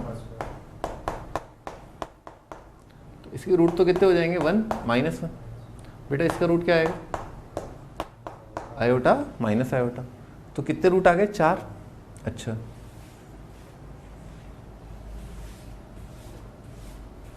ठीक है 4 रूट आ गए। अच्छा ये जो 4 रूट हैं इनके बारे में सोचते हैं। Number of values of z simultaneously satisfying the equation this and this. तो ये 4 रूट हैं, अब हमें क्या है चेक कर लेना चाहिए ना। देखो हमने सब्ट्रैक्ट किया था, एक फैक्टर रिजेक्ट हो गया था ना अपना, हमें चेक करना चाहिए। तो हमने चेक किया क्या 1 रूट हो सकता है क्या दोनों का, नहीं हो सकता, क्योंकि 1 + 1 + 1 + 1 कितनी बार आएगा 18 बार। क्या 18 0 होता है, नहीं होता। तो 1 is again rejected because 1 common root नहीं हो सकता। -1 देखते हैं, तो -1 तो आराम से दिख रहा है क्योंकि कितने टर्म्स हैं ये 18, ये कितने टर्म्स है 14, और यहाँ पर क्या है 1 माइनस 1 1 माइनस 1 1 माइनस 1 जोड़ा बन के क्या हो रहा है 0, 1 माइनस 1 1 माइनस 1 1 माइनस 1 जोड़ा बन के क्या हो रहा है 0। ये करेक्ट है। आयोटा देखते हैं एक बार। तो आयोटा रखा ना अपन ने यहाँ पर, कितने टर्म्स थे 18। फिर मैंने क्लास में समझाया था 1 plus iota, iota square, iota cube, dash dash, iota की पावर कितना है 17। तो यहाँ से यहाँ तक जो टर्म्स हैं, क्या इनका सम 0 हो सकता है? नहीं हो सकता। उसका रीज़न ये है, मैंने आपको बताया था आयोटा की जो पावर है उनमें जो 4 का ब्लॉक बनता है, 4 का जो ब्लॉक बनता है उनका जो सम है वो 0 होता है। तो ये जो है ना 1 माइनस 1 कट गया, आयोटा का क्यूब कितना होता है माइनस आयोटा, कट गया। तो क्योंकि क्या ये 4 के मल्टीपल है? नहीं, ये तो 18 है ना, 18 4 का मल्टीपल नहीं है, तो ये क्वांटिटी 0 आएगी क्या? नहीं आएगी। तो इस एक्सप्रेशन का रूट आयोटा है क्या? नहीं है। ये तो बिन बुलाए मेहमान है, माइनस आयोटा, तो माइनस आयोटा के लिए भी नहीं आएगा बेटे, है ना। जैसे दूसरे वाली इक्वेशन में लिखा है था आयोटा का स्क्वायर तो कितना आ जाएगा, ये आएगा। फिर माइनस आयोटा का क्यूब कितना हो जाएगा, माइनस आयोटा का क्यूब आएगा प्लस आयोटा। अगेन देखो यहाँ पर भी क्या है, 4 का खोपचा बन रहा है, ये दोनों कट जाएंगे, ये दोनों कट जाएंगे, gone gone, plus plus plus, सही। तो अगेन यहाँ पर भी 14 टर्म है, तो कितने बच जाएंगे, 4 के खोपचे के बाद 2 टर्म बच जाएंगे, और वो दोनों क्या होंगे 0 नहीं होंगे, क्योंकि वो दोनों क्या होंगे 1 माइनस आयोटा होगा। तो ये वाला भी जो है ये कॉमन रूट कहलाने लायक नहीं है। तो कौन है कॉमन रूट? एक ही है, उसका नाम क्या है -1। तो number of values of z कितनी आ गई 1, ठीक है। ये तो एक अप्रोच था, है ना, जो मैंने आपको बताया एल्जेब्रा से, क्वाड्रेटिक के फंडों से, जहाँ पर अपन कॉमन रूट मान लेते थे, फिर उन दोनों इक्वेशंस को सॉल्व करते थे, ठीक है। अब एक दूसरा अप्रोच जो अपन ने कॉम्प्लेक्स में पढ़ा है वो देख लेते हैं। हाँ भाई लिखो मेथड 2।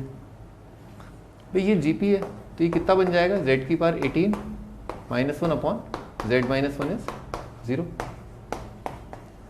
यहाँ से कितना आएगा, ये आएगा। सिमिलरली दूसरे वाले से कितना आ जाएगा, z की पावर 14 -1 इज 0। अब देखने वाली बात ये है कि इस इक्वेशन के कितने रूट है 18, और ये कितने डिग्री की इक्वेशन है 17।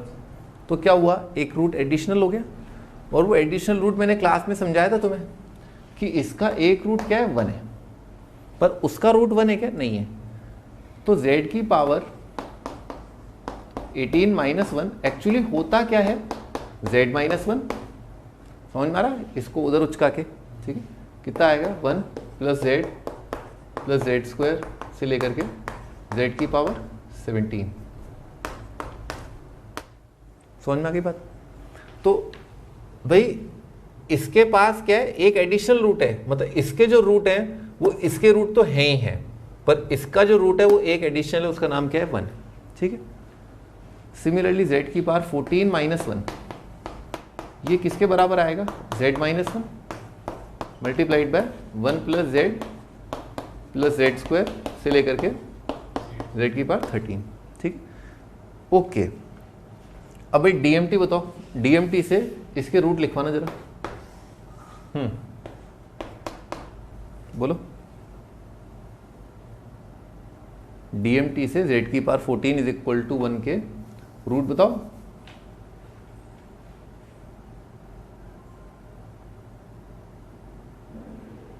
DMT पता ना, डी मॉर्विस थ्योरम। हाँ तो रूट बताओ, इसके रूट कैसे लिखेंगे।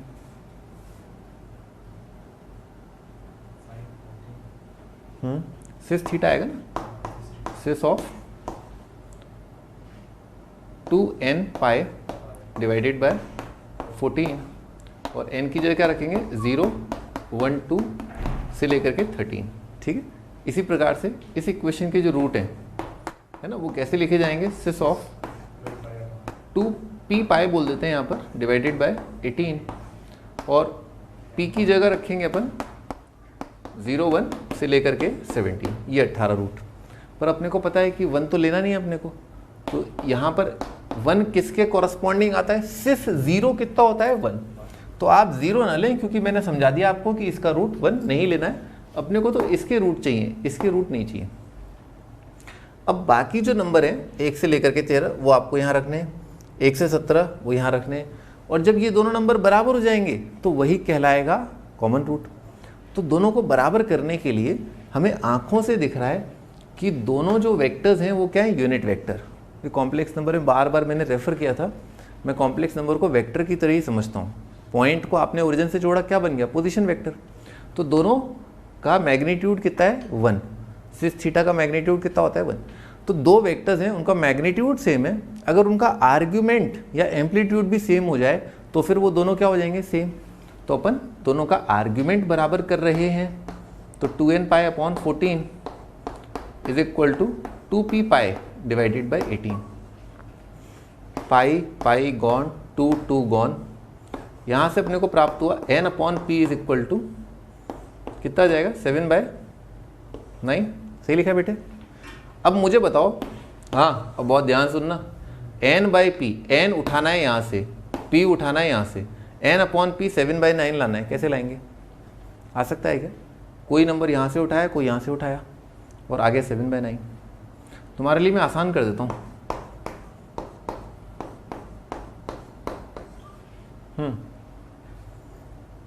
7/9 तुम्हारे लिए आसान रहेगा। चलो बताओ, n क्या हो, p क्या हो। n कहाँ से उठाना है, यहाँ से उठाना है, 0 1 2 3 से लेकर के 13। p कहाँ से उठाना है, 0 1 से लेकर के 17। 7/9 कब आएगा?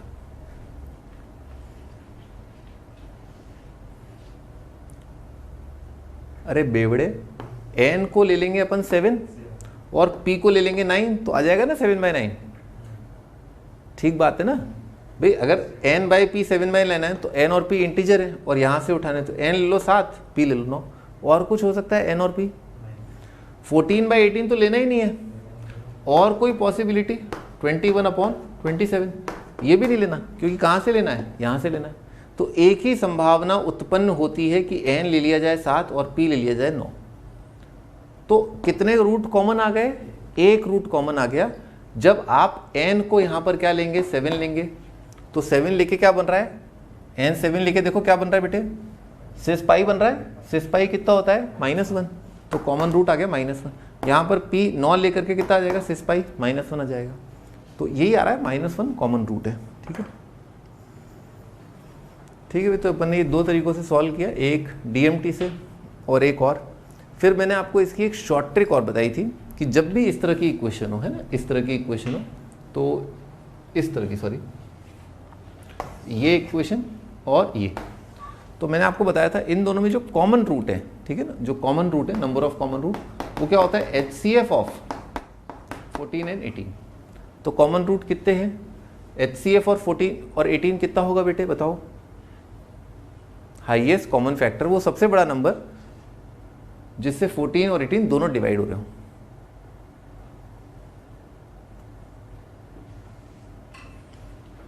Highest common factor of 14 and 18 क्या होता है, 2। ठीक है ना, 2 हाईएस्ट कॉमन फैक्टर है। तो इन दोनों इक्वेशंस में कॉमन रूट कितने आएंगे, 2 आएंगे। सही है।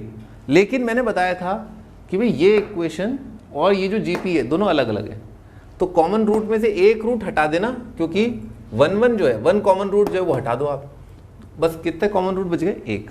तो इस तरह से भी कर सकते हो, ये एक अच्छा शॉर्ट ट्रिक था।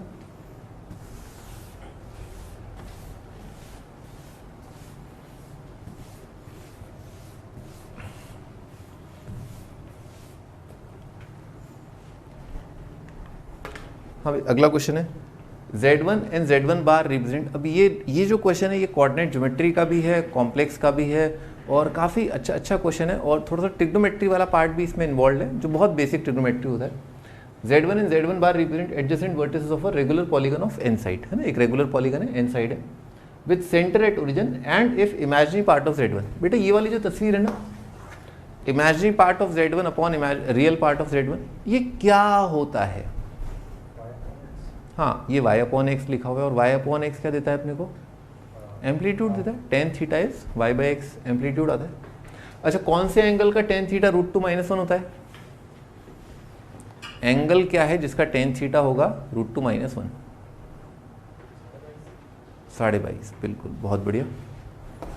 ठीक है भाई, एक तस्वीर बना लेते हैं।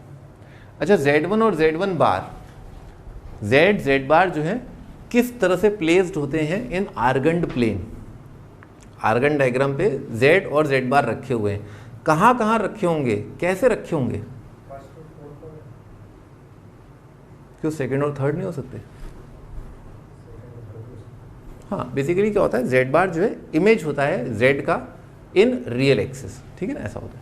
चलो थोड़ी देर के लिए मान लेते हैं कि वो फर्स्ट क्वाड्रेंट में, जैसे मान लो Z1 यहाँ पर है, तो Z1 अगर यहाँ पर है तो Z1 बार उसका रिफ्लेक्शन होगा यहाँ आएगा, ठीक है, ये 90 और ये दूरी क्या होगी, बराबर। अब भाई साहब क्या कह रहे हैं, इमेजिनरी पार्ट ऑफ Z1 यानी कि यहाँ से यहाँ तक का जो पार्ट है Y, और यहाँ से यहाँ तक का जो पार्ट है वो कितना है x, तो y बाई एक्स है ना, ये जो वैल्यू है जैसे ये थीटा है, तो y बाई एक्स को बोला है उसने √2-1, तो हमें आंखों से दिख रहा है y बाई एक्स कितना हो गया, tan थीटा, और थीटा जैसा कि तुम बता ही रहे हो कितना जाएगा, 22/22.5। हाँ मालिक, अभी बोल रहा है एडजेसेंट, यानी कि ये दोनों जो है एडजेसेंट हैं, ठीक है। जैसे मान लो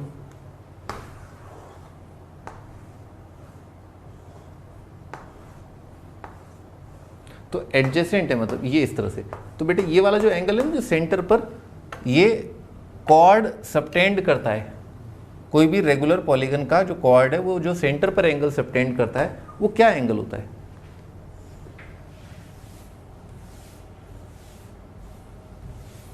एन साइडेड रेगुलर पॉलीगन है ना, एन साइडेड रेगुलर पॉलीगन है, क्या सबटेंड करता है?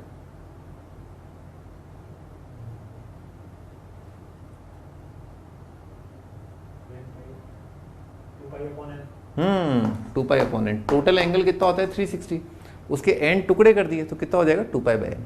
तो ये इनडायरेक्टली अपने को क्या दे दिया उसने, 2π/n दे दिया, पाई गॉन, तो n का वैल्यू कितना हो जाएगा 8×2=16, ठीक है। तो आंसर कितना हो जाएगा 16।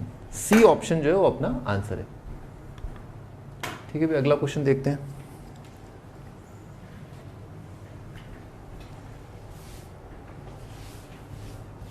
अभी अगला क्वेश्चन जो है काफ़ी इंपॉर्टेंट है। हाँ भाई अगला क्वेश्चन, इसको इंपॉर्टेंट मार्क करो, है ना, काफ़ी अच्छा क्वेश्चन है।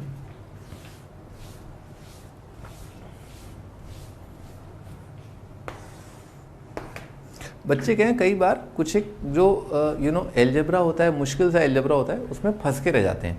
तो एलजेब्रा, हाँ मतलब मैं मानता हूँ कि एलजेब्रा में फंसने वाले चांसेस काफ़ी ज़्यादा होते हैं। कैलकुलस में फंसना जो है थोड़ा कम होता है, कैलकुलस में केवल क्वेश्चंस होते हैं जो काफ़ी छोटे होते हैं, ठीक है। तो खैर देखते हैं, डिफिकल्ट क्वेश्चन है पर देखते हैं, काफ़ी रिवाइज हो जाएगा, बहुत सारी चीज़ें रिवाइज हो जाएंगी। Number of ordered pairs z omega of the complex number z and omega satisfying the system of equation z³ plus omega bar का power 7 is equal to 0 and z की पावर 5 इंटू ओमेगा की power 11 is equal to 1। भाई ये बच्चा type हरकत तो मत ही करना कि कहीं भी ओमेगा देखा तो ये मान लिया कि वो क्यूब रूट ऑफ यूनिटी है ना, ये वाहियात पंथी तो मत ही करना, ठीक है। ओमेगा मेंशन होने का मतलब ये नहीं होता कि वो क्यूब रूट या complex cube root of unity है, unless otherwise mention. Omega is simply a number, कोई भी नंबर हो सकता है। अब कोशिश ये करनी है कि दो इक्वेशन है, और क्योंकि मैग्नीट्यूड अपन बराबर कर सकते हैं अगर दो कॉम्प्लेक्स नंबर बराबर हैं, तो अभी फिलहाल तो एक को एलिमिनेट करने की सोचते हैं, इसको इधर उचका लेते हैं, माइनस ऑफ ओमेगा बार की पावर 7 और z की पावर 5 इधर से भी घेर लेते हैं इसको। अब अपने को आराम से थोड़ा मामला जमता हुआ दिख रहा है। इसमें क्या कर सकते हैं अपन, ये z की पावर सेम कर सकते हैं, तो इसके दोनों साइड पावर कर दिया 5, इसके दोनों साइड पावर कर दिया 3, ताकि उल्टे हाथ की तरफ क्या प्रकट हो, z की पावर 15, z की पावर 15। अब राइट साइड देखते हैं तो यार माइनस, कोई माइनस की पावर 5 तो कितना हो जाएगा माइनस, और 7 और 5 कितना आ जाएगा 35 ये आएगा, और 11 इंटू 3 कितना हो जाएगा 33, तो आएगा ओमेगा की पावर 33। उधर उचका दिया तो आएगा ओमेगा बार की पावर 35 मल्टीप्लाइड बाय ओमेगा की पावर 33 इज -1। अब अगला थॉट क्या आता है, मॉडुलस का थॉट आता है कि अगर कोई वेक्टर है, कॉम्प्लेक्स नंबर है, वो मल्टीप्लाइड है और राइट साइड में जो है 1 या -1 है, तो अपन मैग्नीट्यूड ले लें। तो टेक मॉड बोथ साइड, दोनों साइड अपन ने मॉड ले लिया। -1 का मॉड कितना होता है बेटे, 1, ठीक है। लेफ्ट साइड तो अपने को पता है ये प्रॉपर्टी छुटपुट हलवा type property, mod of Z1 Z2 कितना होता है, mod of Z1 into mod of Z2। तो अपन ने क्या किया, इसका मॉड लिया, यहाँ पर लिख देता हूँ, मॉड ऑफ ओमेगा बार की पावर 35, मॉड ऑफ ओमेगा की पावर 33। फिर एक और अपने को पूरी प्रॉपर्टी पता है, पूरी बहुत आसान, कि मॉड ऑफ Z की पावर n कितना होता है, मॉड Z के एंटायर की पावर n, और अपन ने अप्लाई कर दिया, क्या आ जाएगा, ओमेगा बार की पावर 35 मॉड ओमेगा की पावर 33। अब एक और आसान प्रॉपर्टी, बहुत सारी प्रॉपर्टीज़ हैं, mod of omega bar, mod of omega क्या होते हैं, सेम। Z बार का मॉड क्या होता है, सेम। तो इसका मॉड और इसका मॉड क्या है, सेम है। तो एक ही चीज़ लिखी है, तो 35 + 33 कितना हो जाएगा बेटे, 68। अब मॉड क्योंकि एक पॉजिटिव रियल नंबर होता है, तो आंखों से दिख रहा है कि कोई नंबर है पॉजिटिव, उसकी पावर 68 अगर 1 है और हमें केवल पॉजिटिव सॉल्यूशन चाहिए, तो सॉल्यूशन कितना आ जाएगा, 1। नेगेटिव चाहिए ही नहीं अपने को। तो इसका बहुत सुंदर सा आंसर क्या है, ओमेगा मॉड इज 1। आंसर नहीं है ये,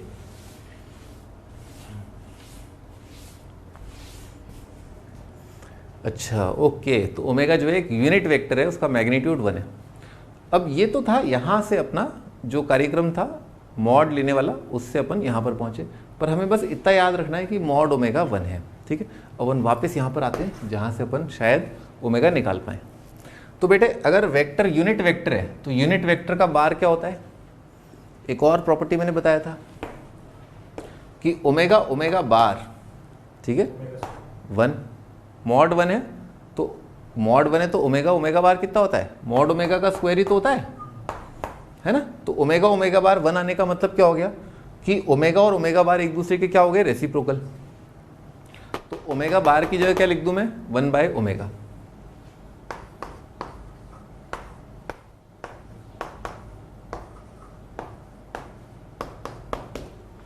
तो यहाँ से कितना आ गया, 1/ओमेगा स्क्वायर इज -1। यहाँ से कितना आ गया, ओमेगा स्क्वायर इज -1। यहाँ से कितना आ गया, iota minus iota. All right.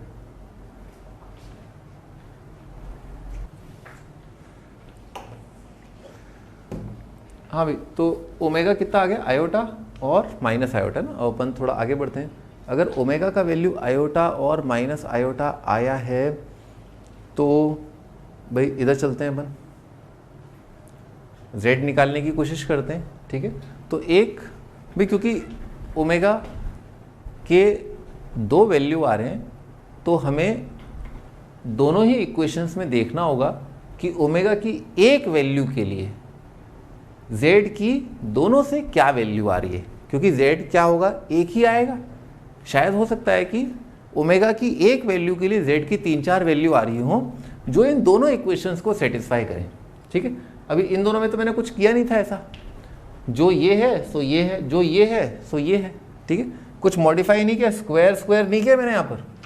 हाँ, तो अपन ऐसा करते हैं, पहले अपन ओमेगा आयोटा रख के देखते हैं। तो आयोटा की पावर 11, तो ऊपर नीचे क्या कर दें, आयोटा से मल्टीप्लाई कर दें। जैसे z की पावर 5 कितना आ गया, आयोटा अपॉन आयोटा की पावर 12, तो z की पावर 5 क्या है, आयोटा। इधर देखते हैं, इधर z³ इज इक्वल टू, भाई माइनस आयोटा है, तो माइनस नहीं, आयोटा लिया है ना बनने, आयोटा का बार कितना होगा, माइनस आयोटा की पावर 7। माइनस की पावर 7 कितना हो जाएगा, माइनस माइनस माइनस का क्या हो जाएगा, प्लस। तो आएगा आयोटा की पावर 7, और आयोटा की पावर 7 कितना होगा, माइनस आयोटा। वो आयोटा के लिए मैंने बताया था, आयोटा का साइक्लिसिटी कितना होता है, 4, उस वजह से। अच्छा, अब तुम ये सोचो महारथी कि अगर ऐसा है और ऐसा है तो z क्या होगा। तो अपन ने क्या किया, इस इक्वेशन को और इस इक्वेशन को लिया और दोनों को डिवाइड कर दिया, क्योंकि दोनों को डिवाइड करके एक सुंदर सी अलग इक्वेशन आ रही है जिसका नाम क्या है, जेड स्क्वायर इज -1। पर ये ध्यान रखना, अपने को इसके आंसर से वापस चेक करना पड़ेगा कि ये और ये ट्रू है कि नहीं है। ये तो सिंप्लीफाई करने के लिए किया है मैंने। तो z का वैल्यू कितना आया, आयोटा माइनस आयोटा। अब हमें चेक करना होगा कि आयोटा क्या इसको एंड इसको सेटिस्फाई कर रहा है क्या, देख लेते हैं। क्या आयोटा की पावर 5 आयोटा होता है, यस करेक्ट। क्या माइनस आयोटा की पावर 5 आयोटा आएगा, नहीं आएगा, वो तो कितना आ जाएगा, minus iota. So this is not the solution. ये वो नंबर है आयोटा जो दोनों को सेटिस्फाई कर रहा है। तो हमने अब तक क्या पाया कि ओमेगा की वैल्यू अगर आयोटा है तो उस टाइम पर z की वैल्यू क्या है, आयोटा, एक ही वैल्यू आ रही है। तो जो एक ऑर्डर्ड पेयर हमने ढूंढ लिया है उसका नाम क्या है, आयोटा कॉमा आयोटा, एक ही है। थोड़ा और आगे बढ़ते हैं। हाँ, दूसरा क्या था, माइनस आयोटा। माइनस आयोटा को पुनः अपन ने इन पुरानी इक्वेशंस में रखा। तो z cube is equal to कितना आएगा, माइनस आयोटा की power 7 which is minus iota minus into, तो जेड क्यूब कितना हो गया, आयोटा जेड की पावर 5 माइनस आयोटा की पावर 11। तो ऊपर नीचे अपन ने आयोटा से मल्टीप्लाई कर दिया, माइनस आयोटा से मल्टीप्लाई कर दिया, समझ में आ रही बात है ना। तो ऊपर कितना आ जाएगा, माइनस आयोटा, नीचे माइनस आयोटा की पावर 12, जो कि अपने आप में कितना आ जाएगा 1, तो आ जाएगा माइनस आयोटा। ये है और ये है। हमें नहीं आ रहा समझ में कि जेड क्यूब और जेड की पावर 5 को कैसे टैकल करें, इसीलिए मैंने क्या किया, इन दोनों को डिवाइड कर दिया। तो जेड स्क्वायर कितना आ गया, -1, जेड कितना आ गया बेटे, आयोटा माइनस आयोटा। पर ये आंसर नहीं है, क्योंकि अकेली इक्वेशन ये नहीं है, ये तो लाई गई है इन दोनों से, ये है ओरिजिनल इक्वेशन। तो अपने को चेक करना पड़ेगा। आयोटा पटका, क्या आयोटा का क्यूब आयोटा होता है, नहीं होता, रिजेक्टेड। क्या माइनस आयोटा का क्यूब जो है वो आयोटा होता है, माइनस आयोटा का क्यूब जो है, माइनस बाहर आ जाएगा, फिर कितना आएगा, आयोटा का क्यूब। हाँ आ गया, सही है। और माइनस आयोटा की पावर 5 क्या माइनस आयोटा होगा, हाँ होगा, तो ये सही है। यानी कि जो मैंने ओमेगा की दूसरी वैल्यू ली थी माइनस आयोटा, उसके लिए जेड की केवल कितनी वैल्यू आई, 1, ठीक है ना। तो माइनस आयोटा और minus iota, this is the second ordered pair, ये दूसरा ऑर्डर्ड पेयर है, ये पहला ऑर्डर्ड पेयर है, ठीक है, ये अपने आंसर है, ठीक है। ठीक है भाई, तो अच्छा एक क्वेश्चन और बचा है अभी।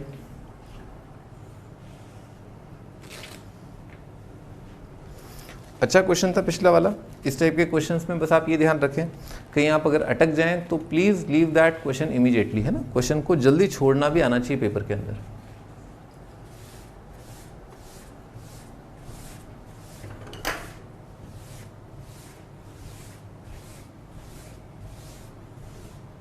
हम नेक्स्ट क्वेश्चन पढ़ते हैं। A and B be two complex numbers satisfying A by B plus B by A is equal to 1. Then the 2 points represented by A and B and origin form the vertices of equilateral triangle, isosceles वगैरह वगैरह। तो जैसे ही इन्होंने एक option दिया equilateral triangle, तुरंत मेरे दिमाग में एक चीज़ आई, एक रिजल्ट आया। मैंने आपको याद करने को बोला था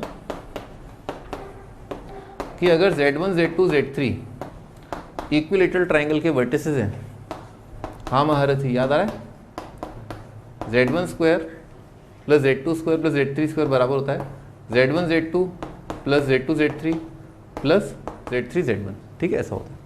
तो अब क्योंकि इसने बोला है चेक करने को A, B एंड ओरिजिन, तो ओरिजिन का मतलब क्या हो गया, कॉम्प्लेक्स नंबर कितना हो जाएगा, 0, ये 0 0 0। अच्छा एक बार देखो यहाँ पर एलसीएम लेके कितना आएगा, a square plus b square upon a b is equal to 1। ये तो यही आ गया, a square plus b square is equal to a b, तो सही है। Form the vertices of equilateral triangle, है ना, ये आपको आइडेंटिटी याद होनी चाहिए, ठीक है। तो आंसर जो है वो ए ऑप्शन है। Isosceles triangle which is not equilateral, ये तो खैर आने का चांस ही नहीं है, क्योंकि इक्विलेटरल आ गया, बात खत्म। मुंडी ऊपर, इधर देखो, हाँ भाई अपने को है ना यहाँ से भी लेके आना चाहिए कि हाँ यहाँ से भी मैं कैलकुलेट कर सकता हूँ। तो अपन ने क्या किया, ए बाई बी को क्या मान लिया, टी मान लिया। अच्छा मान लो अगर ये नंबर टी है तो अगला वाला नंबर क्या हो जाएगा, 1/t, इज इक्वल टू क्या दे रखा है 1। तो यहाँ से कितना आ जाएगा t square minus t plus 1 is equal to 0। बेटे इसके रूट लिखो।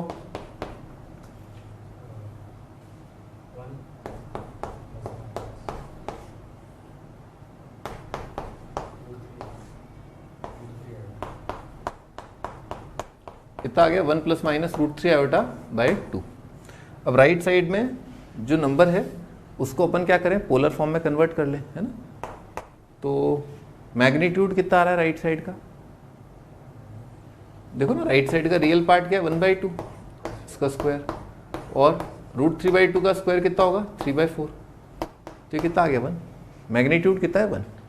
एम्पलीट्यूड कितना है, जैसे 1 प्लस रूट 3 का बता दो, दूसरा वाला तो उसका बार है, तो बार का एम्पलीट्यूड कितना हो जाता है माइनस थीटा। अगर कॉम्प्लेक्स नंबर का एम्पलीट्यूड थीटा है तो बार का कितना होगा माइनस थीटा। बोलो भाई इसका कितना है, आंखों से दिख रहा है 60 है। तो ये क्या लिखा हुआ है सिस 60 डिग्री लिखा हुआ है, ठीक है। थोड़ा मैंने बताया भी था क्लास में आपको कि इसके जो रूट होते हैं वो क्या होते हैं minus omega square. T square plus T plus 1 के क्या है omega square, T square minus t plus 1 के क्या है माइनस ओमेगा स्क्वायर। ऑलराइट, तो यहाँ से ये जो चीज़ थी वो कितनी थी a/b। तो यहाँ से हम ये टिप्पणी दे सकते हैं a किसके बराबर है b सिस 60 के।